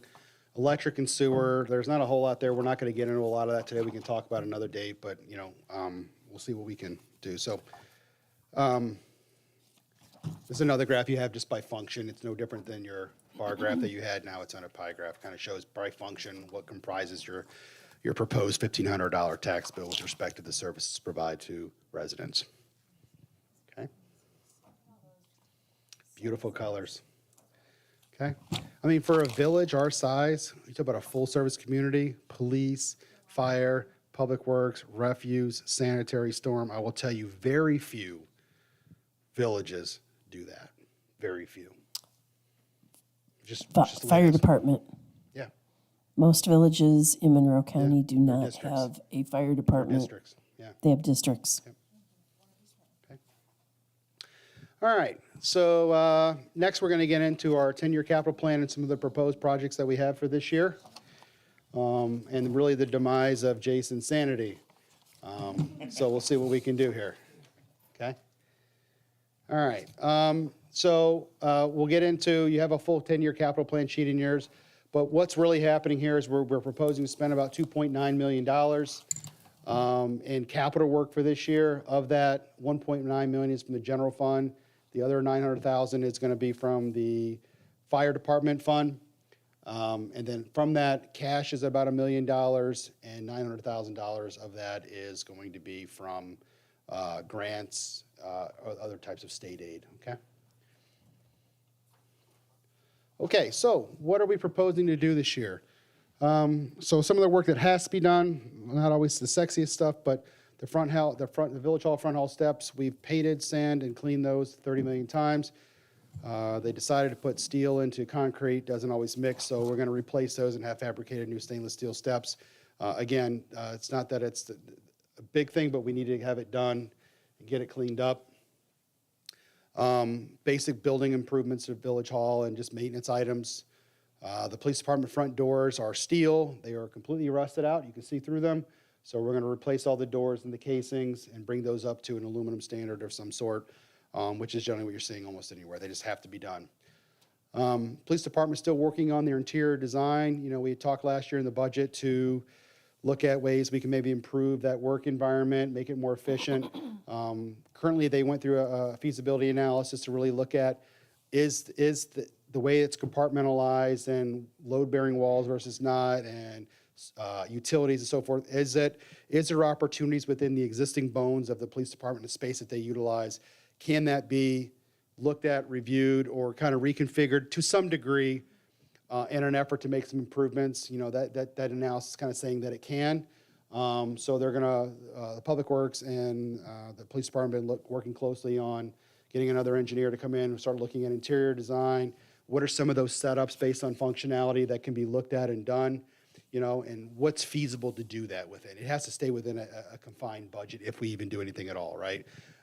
Just to move from one office to the next, it's not really worth spending a lot of money. Does it really bring value with flow and how the work environment's going to work to them? We'll look at doing that. So you see that in the budget for this year, and then also the remodels based in this year's budget too. I don't know if we'll actually trigger that between now and the end of next May, but it's in there anyway if we want to do it. Otherwise, it'll just be transferred over to the following year and pushed back. Another Ford Explorer car, police rotation for vehicles is there. Public Works didn't get to it, but they're going to be there. We're working on their monument signs. That'll be happening late spring, early summer, right? For new monument signs and other signage for Mount Pleasant Cemetery and also for the her other cemetery. We didn't get to the gazebo roof and ceiling, but that'll be happening again this summer as well.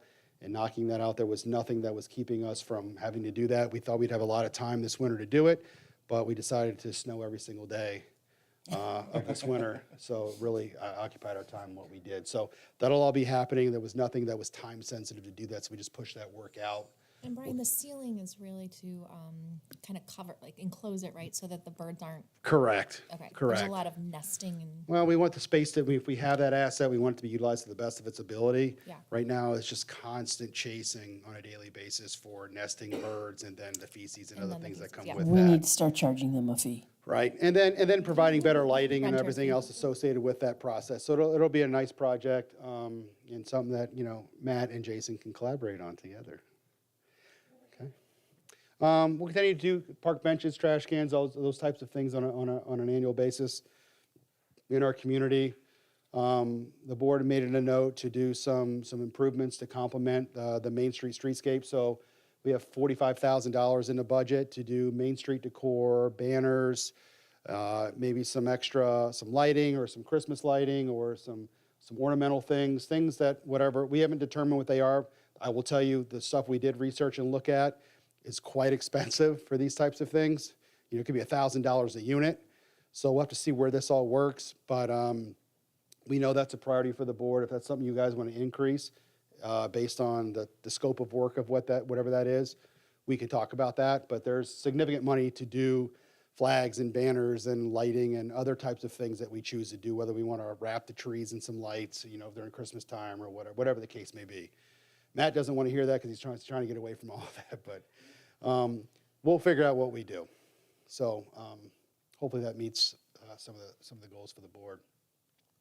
We have $520,000 in street resurfacing and mill and fill.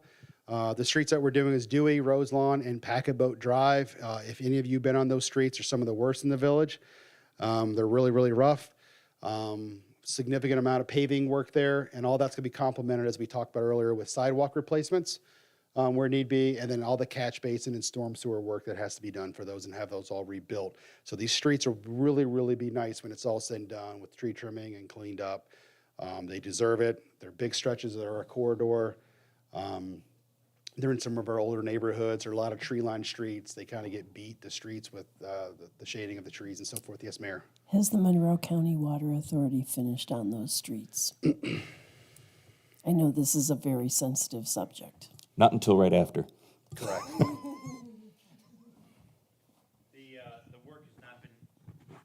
The work has not been completed to date as far as restoration goes.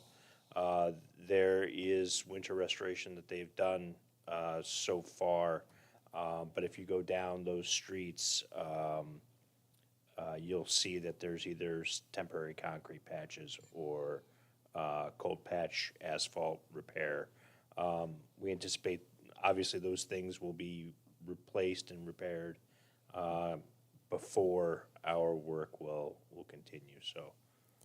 Okay, I know this is a very challenging topic, but as I drove around the village today, both north side and south side, there's lots of, it looks like gullies from the work that they've been doing. Is there any plan for them to come back and fill those spots that have now sunk that they did work on? We spoke with the engineering director for Monroe County Water Authority. We've been in communication with them constantly in regard to the work that they've done throughout the village, and the point that we're at now is the contractor that did the work for Monroe County Water Authority is going to have staff go to every location up and down through the village, identify and make the appropriate restorations that need to be done. Should have been done maybe a little better, but we're keeping our thumbs on this. Okay, thank you for your diligence, and I know it's challenging to get that corrected, but it's tough when we're on an annual basis making all these investments and then they're going around and damaging the roads that your team has just spent all this effort and money making them look great. Thank you. There's due diligence that occurs prior to any work that we do, and we reach out to our partners in the right of way, right? So the Water Authority, RG&E, Matt's team at Fairport Electric, and we let them know what projects we have slated for the coming fiscal year, and ask that, you know, if they have plans for any restoration or repair work, to let us know, and, you know, we can coordinate with them. And normally, you know, if we get anything back, it's no, we don't know until that they're going to do any work until it's, you know, it's funded from them, it's in their budget, and they react at their own pace. So unfortunately, we don't realize the full extent of their construction projects until we get the construction drawings from them. So it's kind of the way it's been. Thank you. Thanks, Jason. Okay. So again, a lot of work on Dewey, Roseland, and Packet Boat, a long time overdue, but they're going to have brand new streets and really a lot of new amenities coming forth and really going to clean up and revitalize those neighborhoods. Oil and Stone, $60,000 appropriation this year. I'm so pleased that the board was willing to take a chance on this type of work. You don't really see this type of stuff in like an urban setting like ours. It has been a game changer for us to kind of start to catch up on some of our depreciating road surfaces, because the difference between putting a wear surface like this that can last 5, 6, 7 years versus having the amount of money that it's going to require to repave that street, there's a significant difference there. So until we can get up to funding and get to those streets and do those paving projects, being able to put an oil and stone surface on there, reduce that water intrusion that's happening on those roads, provide a nice wear surface for folks without further deterioration has been paramount to what's going on. And by the way, it's lasting a really long time, right? It's doing a great job. Our crews are getting better at that installation process and understanding what works and doesn't. I couldn't be more pleased with this process. I wish we had been doing this for the last 20 or 30 years. I think our infrastructure would be drastically better than what you would see today. And you can see the cost to this is fairly de minimis when it comes to things like paving projects. We need hundreds of thousands of dollars per street. This year, Lower Winding Brook Drive, Park Circle Drive, Manor Hill Drive, and West Avenue. So you can see where we're trying to concentrate on. The streets in the Oil and Stone project there, with respect to that Winding Brook and Park Circle area, those are all areas that we've already went through and did a significant repair to storm sewers and laterals that are going underneath the road. So we feel comfortable putting in a wear surface when the storm sewer doesn't have to be dug up or anything like that. And Jason did all that prep work last year. And then moving forward, so we can do the rest of that neighborhood, we'll be looking at doing a full lining of all the storm sewers in that entire southeast corridor, finally, once and for all. That's a project that has to be done. It needs to be happening all at once, and it needs to get there, right? Other work that's going to be happening in that area, we'll get to it in one of these, but we'll also be doing another $200,000 worth of work in that neighborhood. There's some storm sewers that have maybe storm or sanitary that has some bellies or some dips in the line. Those will be dug up, replaced, and get done as well, so that we can make sure that the infrastructure is in great shape, and that'll be happening in that neighborhood this year as well. We're looking at doing a fairly significant improvement to the Northeast Canal Bank, the footpath.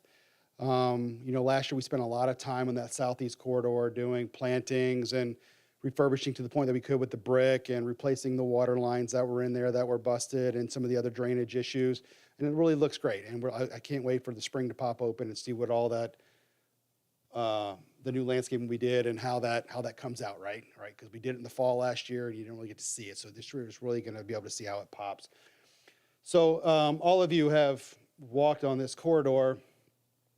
A lot of these posts are rotten, but in addition, there is a significant, pretty consistent gap between where we think the canal wall is, where it's starting to sink, between where the canal wall meets kind of the dirt area, if you will, and it's kind of sagging out. So what we'd like to do is go through there, reset all that, clean it all up, replace bollards, and figure out what we do there for where those boat stanchions are going to be, but maybe rip all that out and maybe put in some stamped concrete or other concrete footpath and really clean that up and do a really nice job there. It's such a highly utilized area. It's one of our major assets in the village. Trying to clean up and take care of those assets that make us unique, right, versus just another village. It's a big project, but it's something I think that's really, really, really worth it. You know, we initially had a lot of conversations in budget meetings about this and the scope of this work. You know, Public Works has grandeur about really going in internally, just resetting the brick pavers, doing all this, but they'll be on their knees doing that for 6 months. And with all the work that's going on that we've been talking about, it's one of those things where I think we would be, A, not getting it all done, or B, chasing it and falling into an encumbrance issue for next year. So we're going to look at some other strategies to do that. But that's what our intention is, to do something over there to that degree. Yes, ma'am. Work would happen? We do the work after the canal season. So once the canal closes in September, we look to program it after that. Right now, we've got some significant paving projects beginning just next month through the end of May. And then our chip sealing looks like it'll be towards the end of summer. And then our final paving projects will be again in September, which would include the Packet Boat, Rose Lawn, and Dewey. So we'd look at programming that work as we're able to catch up with the finalization details on the streetscape project, and then we can kind of turn our resources towards hopefully getting that work programmed. And that work will most likely be outsourced. I mean, there's just, again, no way that we can internal forces with all the other work doing that. We're able to meet that goal and without being out there with an orange cone for the entire season or beyond, working on that, slowly chipping away at it. So probably, yeah, I would say fall. No, it's true, fall. Oh, yeah. It's probably going to be in the fallish time frame. There's just so much going on with programming. We'd like to do it to maximize that now, but it's just, you know, we talked about it a lot. I mean, can we leave it the way it is? Sure. I think it's fun to make that as those improvements. It needs to happen and get cleaned up. Those stanchions are in really rough shape. It's a significant tripping hazard, about 12 inches from the drop-off point. There's no railing on that side. So there's just a lot of factors really looking at why we should tackle that at some point in the near future. What the surface is, I don't know yet. But I think it's worth some improvements, and that's really up to the board whether you want to adopt that project with this budget or not. But at some point, we got to do something there, whether it be this year, if you want to hold off or what have you. But it'd be nice to get that work done and keep working on the progress that we're doing.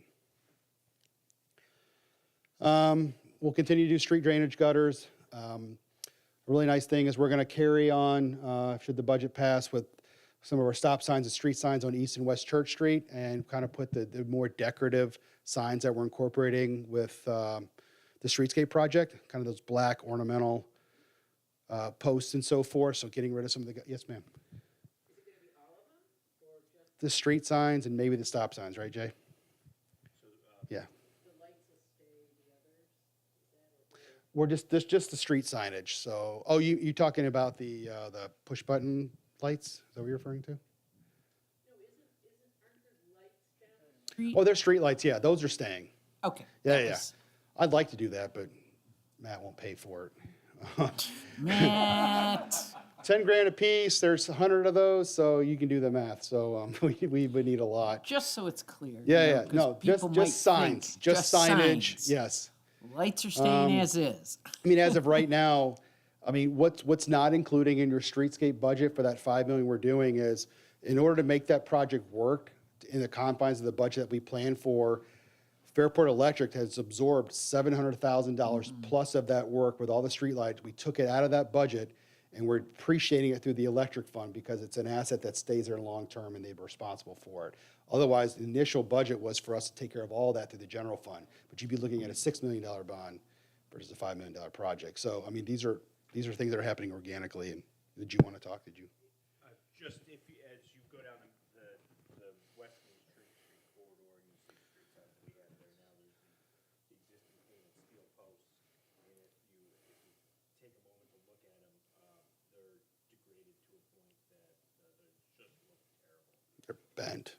bent, rusted. There's stop signs on 4x4 posts, and it's going to look really nice and complement that really historic street and match the streetscape work that we're doing, which is going to be, and in the end of the day, I mean, the streetscape project, if you look at it, I mean, it's just really refurbishing what we have, but it's going to be so beautiful to see that refresh and that really nice new look and feel and flow. And this will complement that drastically. We can keep doing things to improve that. And maybe I can convince Matt to put some new streetlights on that as well. For Trustee Mishler, can you make sure that any street signs that are near where the corner of Briggs? We're not doing anything near Briggs.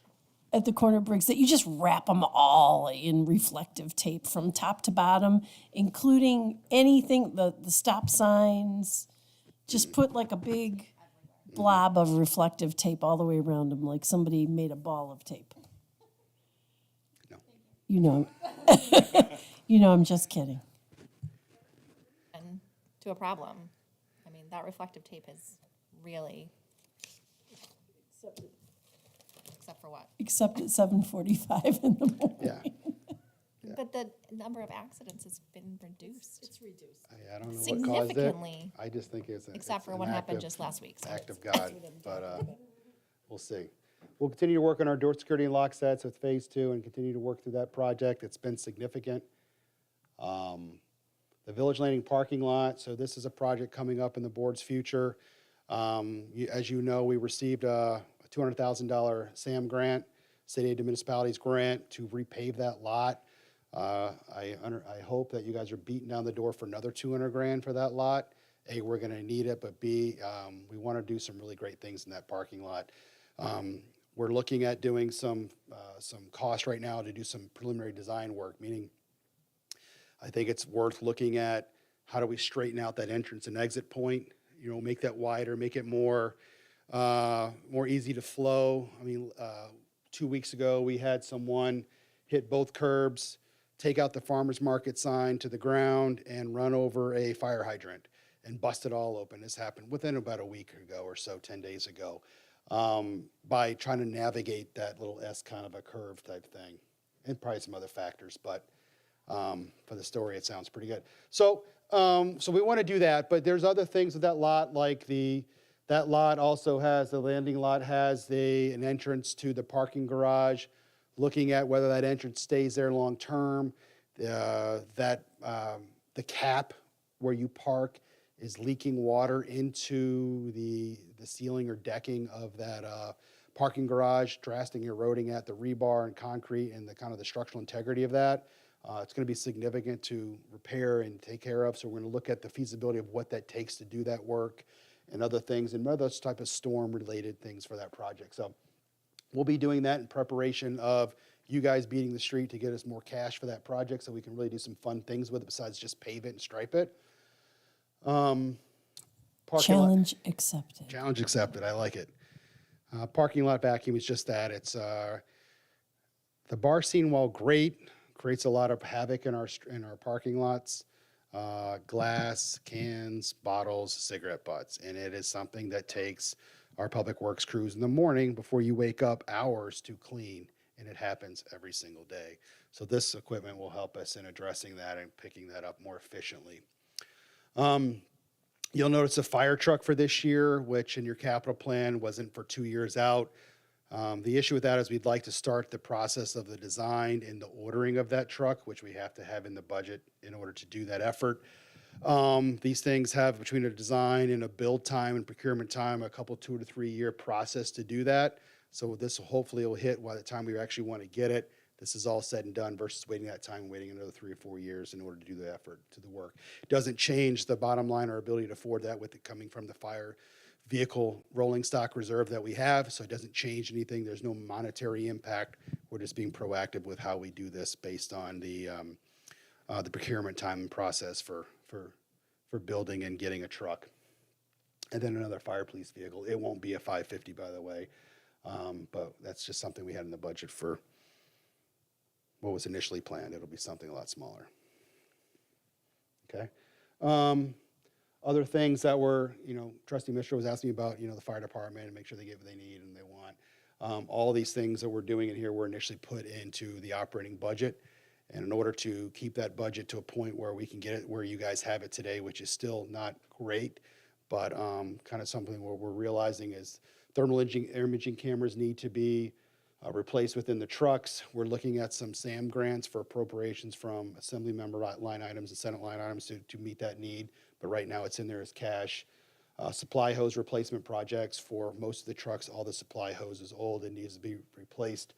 And then bailout gear as well, which is required by New York State as well. So fire department's getting Christmas this year. Okay. Any questions on some of the capital work? These are things that are just being proposed. If there's other projects that the board would like to consider or change, we can do that, right? But these are things that we know we want to do or need to do. So that's why we're proposing them. Sorry, just a couple of quick things. Maybe just wondering, from a timing standpoint, is it possible to do the streets when school has not just started? Just because September and all the buses are gonna, everybody's got their new routines. I don't know if it has to do with just cost and materials or it's more efficient then. It's all based on the availability of labor. So we depend heavily on the participation of the town of Barrington to execute our road work. We don't have the vehicles to perform the work on our own. The trucking, which is what we're heavily dependent on them for. This year, the town of Barrington has taken on some contract work for the county. And basically we're the little guys at the trough, and they squeeze us in between the work that they're doing within their community, and then on top of that, the town of Barrington's chasing revenue just like everyone else is. They brought on they took on some work to do some paving projects for the county, like I said, and that's when they Just have out of time. hands. Yeah.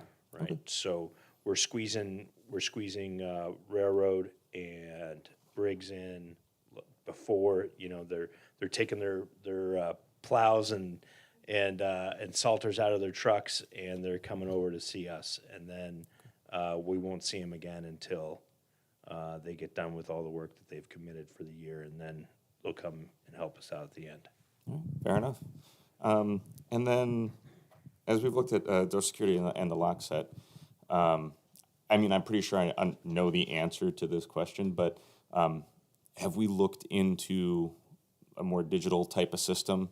That way, if somebody does lose a key, or if for whatever reason, is not allowed back in anymore, access is...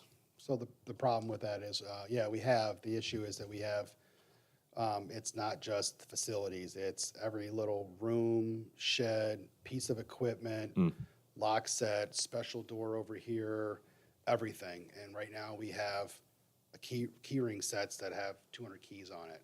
And so they're all over the place, nothing matches. A lot of it, the tumblers have to be replaced, or whole door lock sets have to be replaced. So it's not as simple as that we have 5 buildings and we all put them on the Brian White security system and we scan our cards, right? That would be the easiest thing to do. But the way we have this for all our park stuff and equipment, it's not a feasible thing to do that. Right. Could we do it for all buildings? Sure, to an extent. 3 of our buildings, I think, have, 4 of our buildings have a passcode or, type of digital system, outside of Village Hall. But it's all the other lock sets that we have with keys. They're extensive. Go ahead. We did select the format that the town of Barrington uses because we have such a great partnership with John Overacker over at the town. They are able to make cores and keys. So as we have, if it comes to a point where we need to change a core or key because of turnover with employment, we have the capacity to do that through their team at a relatively low expense, as opposed to hiring a locksmith or something like that. So we did look at that, and we followed that to be the best avenue. Both Matt's building and my building is on a different key lock set, but because we have electronic access and limited turnover, because we're not issuing keys, it hasn't become an issue. So we intend to leave both of our buildings on that other system. And then the fire department has their electronic systems too. I mean, for this building, I got to carry my own personal keys, 6 different keys for this place. Mayor has a key, I have a key, clerk's office has a key, the doors out front have a key, the garage downstairs has a key. Like, you know, it works for that initial entrance to get in for a digital system, but what do you do with the interior of all these Right. rooms and suites? And that's where it really gets challenging. I mean, Right. I hate wearing keys in my pocket because it just sags my pants on because there's just so many keys, you know? And then I have 4 different key fobs. I have one for FMC, one for Public Works, one for fire. I mean, it's all over the place. It's extensive, and it's just something that's, instead of being comprehensively looked at, it's been something that just, you know, oh, we need to do something, oh, just go put a lock in there and pass out the keys, right?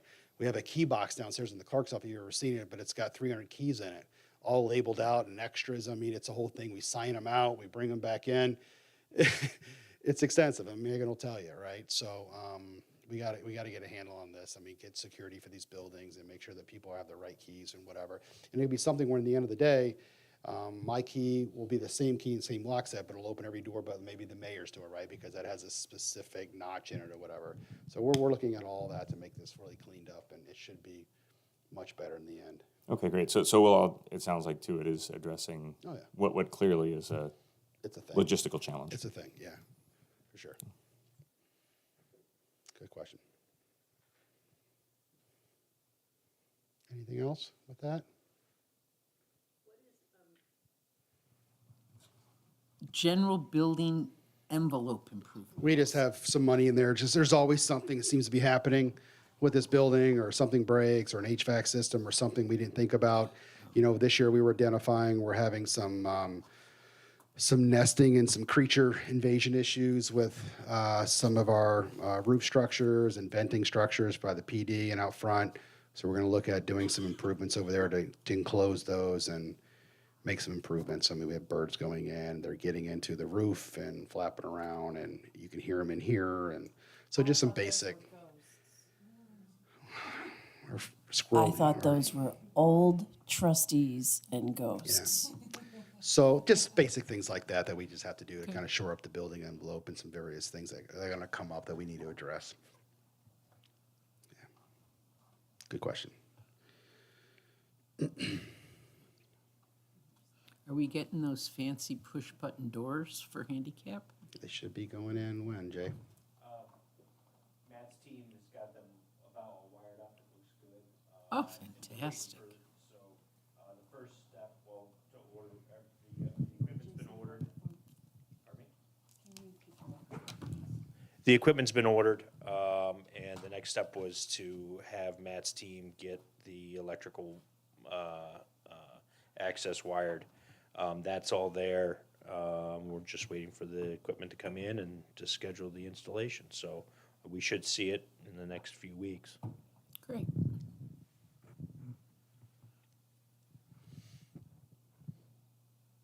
All right. Nothing too big here, but our sanitary sewer fund, which is another fund that we operate. Very similar budget to last year, about $425,000. We're going to continue to do work that we always do. So we're putting $100,000 into sanitary sewer lining, which is why this sanitary sewer fund was built, was to maintain their sewer mains. So we'll be doing that. And then we talked earlier about an $80,000 repair to the Winding Brook sewer main to take care of some of the bellies and main issues that we're having some problems with flow and so forth. So that'll be happening. On here is the lining program will include this year Fireside Lane, Barnum Street, and Dewey Avenue as part of that work. All right, for lining, for sanitary sewer. So this program's going really well. We're putting about $500,000 into our sanitary sewer system every single year. It's what we should be doing. Catching up. This lining has been great. Especially learning that it has the structural integrity to line pipes, especially in that Winding Brook neighborhood where it's galvanized pipe and is rotted through, and once it has a structure to kind of circle and become hard, you can still drive cars over it and structural integrity without digging it up, and that's been a game changer. And Jason went down the rabbit hole technically with that, and our suppliers to make sure that we don't have to dig all this stuff out when there's just you're basically lining on dirt inside the ground versus like a pipe. So that was really a big factor in how we went about this work and saying, hey, is it $1 million job or is this a $10 million job? So we feel confident that that work is going to be fine the way we're planning on doing it. But every day really does matter because it's rotting at a very quick pace and it needs to be done. It needs to be done. Okay. No changes to the revenue side of that. We're still doing a $175 a year flat rate for sanitary sewer work as part of that fund. That rent is not proposed to change. It's meeting our needs. We still have about $500,000 and like sanitary sewer fund balance, right, to meet any type of anomalies that we need to do. So I anticipate this program staying very close to this indefinitely. Okay.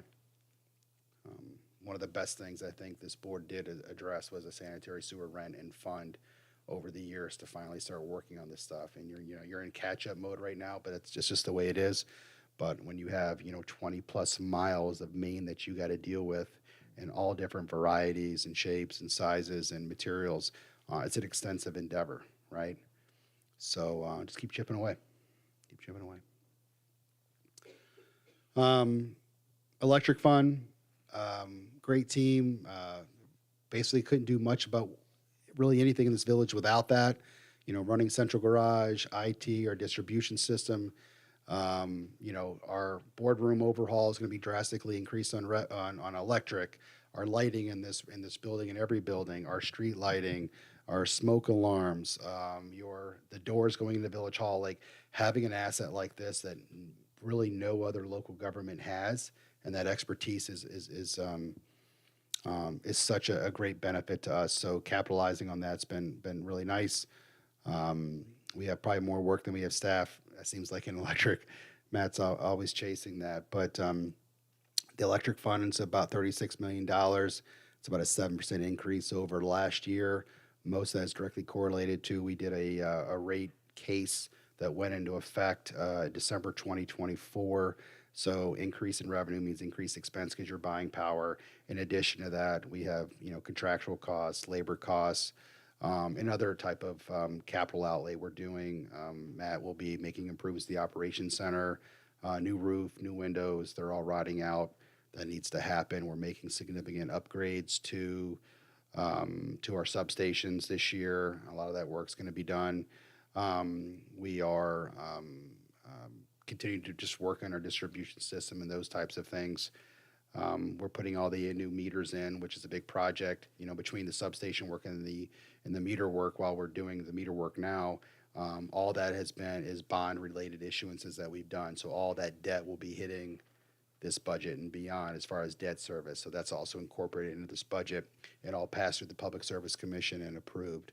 So, and then we're waiting on, as we're going through a collective bargaining process with that. So any impacts associated with that bargaining agreement, once ratified, will have to be incorporated into this budget as well. So, Matt, is there anything you want to talk about with, like, anything of significance? I mean, it is what it is. I mean, we're getting a lot of pass-through purchase power adjustments through here. As you know, the energy sector in New York State is very volatile. It changes with the winds and the political winds. What changes with the budget. There's a lot of taxation, revenue, energy credits associated with whether keeping the nuclear power plants up and going, renewable energy credits to somehow create markets that are going to create renewables versus green renewables versus carbon emitting renewables that may be in place now. So all those things constantly keep going up in different mandates. So we're working through all of that to the best of our ability. Matt and I both sit on state boards trying to address those issues and stay in front of that and control how they hit our distribution system. And those will continue to be that way. I mean, most of you, if you've seen your bills, you're probably having some of your higher bills. We had a cold winter, but your purchase power adjustment charges at 3 cents plus. I don't see those ever going back to a very small amount. It was supposed to just be an adjustment to make up the difference if there was one. Now they're full of taxes and credits and mandates that are built into your rate structure. So those will continue to be there. Our rate case is in there. The New York Power Authority will be increasing their rates eventually to meet the hydroelectric demands that we have, their refurbishment projects. All their turbines are going to have to be refurbished and replaced. All of those will require rate increases in order to meet those. I think it's about $1 billion cost, right, Matt? Over $1 billion. So that has to increase the rates. So 1 cent, 1.5 cent power will be no more, and they're significant. The mayor talked about this at one of the board meetings a few months ago, where this was about to go into effect now, and just due to, I think, public pushback in that process, it was put on hold for a little while. It's just that it's put on hold. It will go into effect. There's some discussions revolving around what do those rate increases incorporate, how do they affect the municipalities, are municipal electric utilities paying for more than what they should be paying for the capital outlay associated with the Robert Moses hydroelectric plant. So those types of things, those will get worked out in the near future, and those rate increases will go back into effect. So you will see dramatic changes to the energy sector, whether it be just electric, gas, anything in this state moving forward. You're already seeing it now. And purchase power adjustments, I think, are here to stay, Matt, for the foreseeable future. I don't see that changing. So you'll start seeing these electric funds probably increase quite a bit over the years, and it's not just operating costs, but it's pass-through charges associated with these energy credits and other types of projects that are happening. So yeah, but the budget's been approved based on the Public Service Commission's rate filing that we did with them, and the type of work we were going to do, and all that, the debt that's been issued, the meter project, all that's built into this budget, this rate proposal. Yes, ma'am. I know we've already discussed this multiple times, but can you just touch on the situation with charging stations? Just for anybody who might be viewing this who hasn't heard this previously, they're not included in our budget in terms of what we talk about for rate fees, correct? Correct. So charging stations right now are a revenue neutral, is what we're going to call it. The cost they were provided to us free of charge, if we remember, through a grant, 4 or 5 years ago. As we have to replace them, those costs, we have to pay for them. The cost of electricity, we obviously has to be covered. The networking cost for each one has to be covered. So when we add up all these costs, this is where the charge per time is where it comes from. Sure.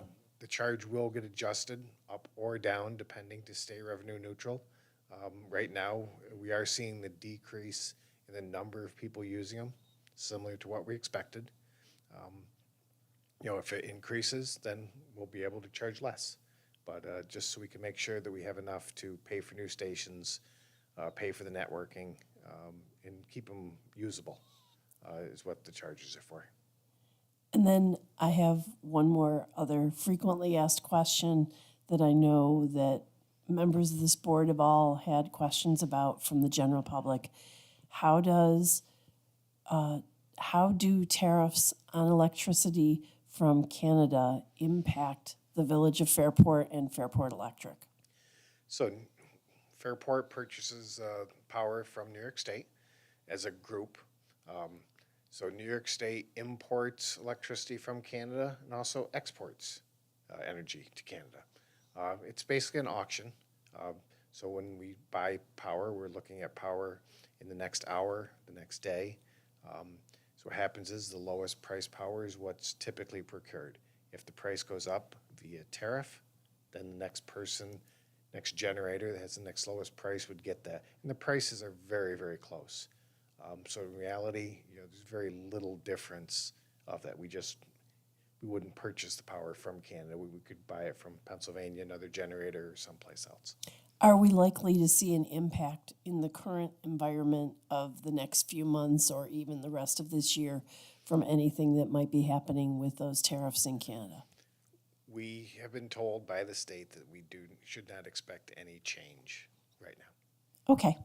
It's always helpful to hear it over and over again for board and for the general public so that they get an understanding that this is unlikely to impact what they're used to seeing on their electric bill from Fairport Electric. Sounds good. Happy to answer. Thank you. And just add on what Matt was talking about the chargers. So a lot of people say maybe our kilowatt hour charges for those vehicle charging stations may be higher than what they see other places. What I will tell you is what those other places aren't doing is charging for the true depreciation cost of those assets. We put all that in there in the maintenance. They're just charging, hey, if I'm buying 12-cent power and I add a few bit of profit margin in there, that's fine. We're really looking at a self-sustaining kind of an enterprise fund with associated with those charging stations. So they need to kind of live and die on their own merit and be able to sustain themselves. At least it's on a net neutral place for those. So when you're talking about depreciation capital, if those units are $6,000 and they have a 10-year, say let's do $10,000 units and there's a 10-year life cycle, I need to be incorporating $1,000 a year extra to meet that depreciation cycle, right? Plus whatever O&M costs are associated with them maintaining over that time as well. People drive off with the plugs in their car, they run them over, they hit them. Everything happens with those too. I mean, it's so you build that cost in there to do that. There's a significant thing. Otherwise, they're constantly being subsidized as part of a lower EV use or operating use when really they're quite expensive. You know, I mean, look at the chargers across the street, the DC chargers. I mean, if you had to charge per kilowatt hour, a $500,000 charging station has to be replaced after 5 or 6 years, plus the third-party charges associated with that and profit. The cost to operate an EV would be 4 times what it costs to run my F-150. I mean, that's the realities of what we're talking about right now, right? Until this becomes a more mainstream thing with more efficient purchasing, more efficient charges, reduced costs in the commodities of those units, those types of things, right? So, I mean, that's where we're kind of at with that. And over time, hopefully that will play out. But right now, this is the cost of providing the service. Brian, is there a plan in place if the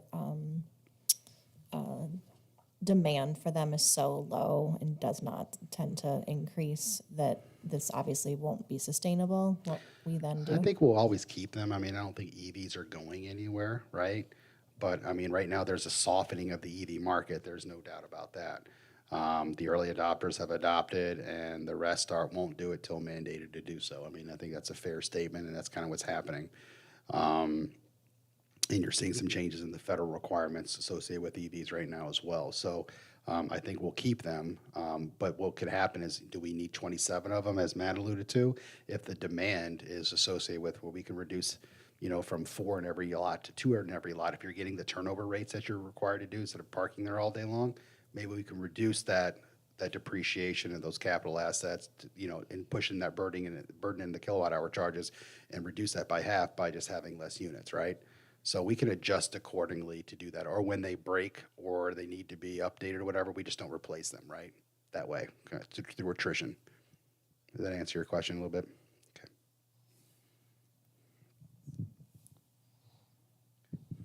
Thank you. We talked about that, just employee expenditures with respect to electric, what the breakdown is for all of that. Nothing really changes there, but that's really the work that they're doing right now associated with the work. I mean, there's a lot of Matt's really big into depreciating capital. This is one of the better years we've had from a budget standpoint. Going in there, we generally walked out fairly sad, and what do? There's always a $1 million hole in our budget when we start this process. And this year, I think, between the rate increase, which was really required for us to operate. Remember, it's based on true operating costs and liabilities that are existing on the books, not what we want to see. That's how the Public Service Commission reacts. But based on having those increased charges to meet our operational liabilities, and plus also having a normal winter with higher than normal kilowatt hour charges that we've seen over the last 3+ years.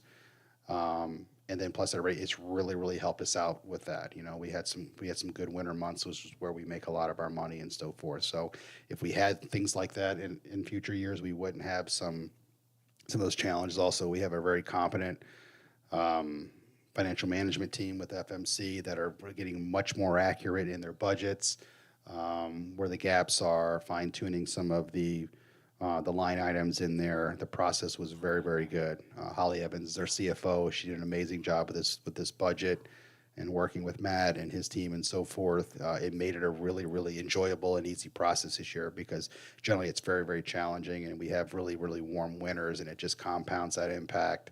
So yeah, it was nice. It was nice this year. So we traded the general fund for the electric fund this year. Generally, it's the other way around. So I think that's fair, right, Matt? Yeah. So It's all because of Holly and Miriam. they've done great. We have a new kind of a deputy CFO with her name's Miriam in our office now. She's excellent. She's very intelligent, very competent. Her and Holly get along very, very well. They have very, very similar personalities about how they view finances and so forth. And it's been a great hire for Holly. So I'm really happy that she has someone she can rely on and work with her team.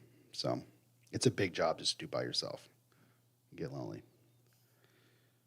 Okay. So thank you. This is our proposal. We believe, we've set forth an operating plan that, while it has some impacts from taxation standpoint, it's something that, it's explainable. It sustains itself long term. It doesn't put you in a position of insolvency down the road. It gives you a clear path of what decisions you make today will impact you tomorrow or not. You can choose to do anything you want at this point. It's your budget. You can choose to appropriate fund balance if you choose to do that. I would just ask if we start making significant changes like that or adjustments, let's really think about the potential counters to those decisions, right? So we know if we do this, we need to think about this down the road, right? And that's okay. But I think it's a great budget. It's a challenging one. It's one that we were not looking forward to going through this process and having a discussion like this with the village board when you were talking about taxation increases and those types of things. But this is for your consideration. Feel free to review that. I know we have another meeting on Wednesday. Take your time to do that. We can have as many meetings as you'd like to discuss projects, operating costs, whatever it is that you want to do. We can schedule those dates, and I think we have three more meetings, I think, Brian, on the books right now that we need. What are we focusing on Wednesdays? Just so I can chunk It's really this. what you want. We always kind of list out certain departments. I mean, you can see through this budget that most of the departments don't have a spending problem, right? They're not there. It really comes down to certain attributes that have been pushed upon us that we have to absorb in that budget somehow. So the questions you should be asking is, how do you absorb these things outside of property taxes, right? Mm-hmm. The costs are there. They're not going away. There's really no good way to adjust those any more than what we've done. So how would you go about making that correction, right? If there was some easy answer to that, we would have loved to come in here and been the people that did that and said, "Oh my God, I got the solution." We don't. We've talked about it more times than I can count. I'm not sure what else there is to do outside of from really innovative revenue generating scheme, and it could be anything that you want to do, but you have to be willing to go down that road on something like that that's maybe a little different or uncomfortable than what most local governments do. There's just not a lot of revenue opportunities for local governments. We're not in the third-party market business. We're not into competing with the third-party markets for services or commodities or doing whatever. It was unique to hear that, the town of Perrington is utilizing some of their public works crews that may not have work to go do other contract work, right? FMC's done that in the past for make-ready work, and it could be done, but it should not be part of your operating plan. If your operating plan is that you have more resources than work, then start adjusting that accordingly, right? So I'm sure with the town, maybe it's a one-off or something, but I know I don't have that problem for extra resources and no work. So I'm open to any of those discussions, and if there's something that you'd like for staff to review or look into the merits of, we're all ears. We'd love to hear about it. Get you the information that you need. Thank you for your thorough Yeah, thank you. presentation. Any questions or further comments from this end of the board? I was just gonna say, no, not this moment. Obviously, it's it's a little bit of a read, but, we can get through it, and I think we'll have, looking forward to our next discussion. Okay. Any further questions or comments from this end of the board? Not at this time. Okay. Then I am going to say thank you and ask for a motion to adjourn. Before I ask for that motion, we're back again here on Wednesday, March 24th, the 26th at 6 p.m. Village Hall, and we'll start going a little more in-depth into the budget. And that's our next meeting. And then, do you have the list over there? I don't have it in front of me. The following, is the next meeting the 31st, Monday the 31st, 6 p.m.? And then if we need an additional meeting, it's April 1st, Tuesday, April 1st? At 5:30. Okay, but that one is subject to if we determine that we need that meeting or not. Okay, the public hearing for this budget is the 31st. Yep. All right, with that, can I have a motion to adjourn? So moved? By trustee Benoski, Second. by trustee Briggs. All in favor? Aye. Anyone opposed? That will be it for this evening. Thank you all for joining us. Thank you to village staff and our team for presenting us with a thorough discussion of this budget. Have a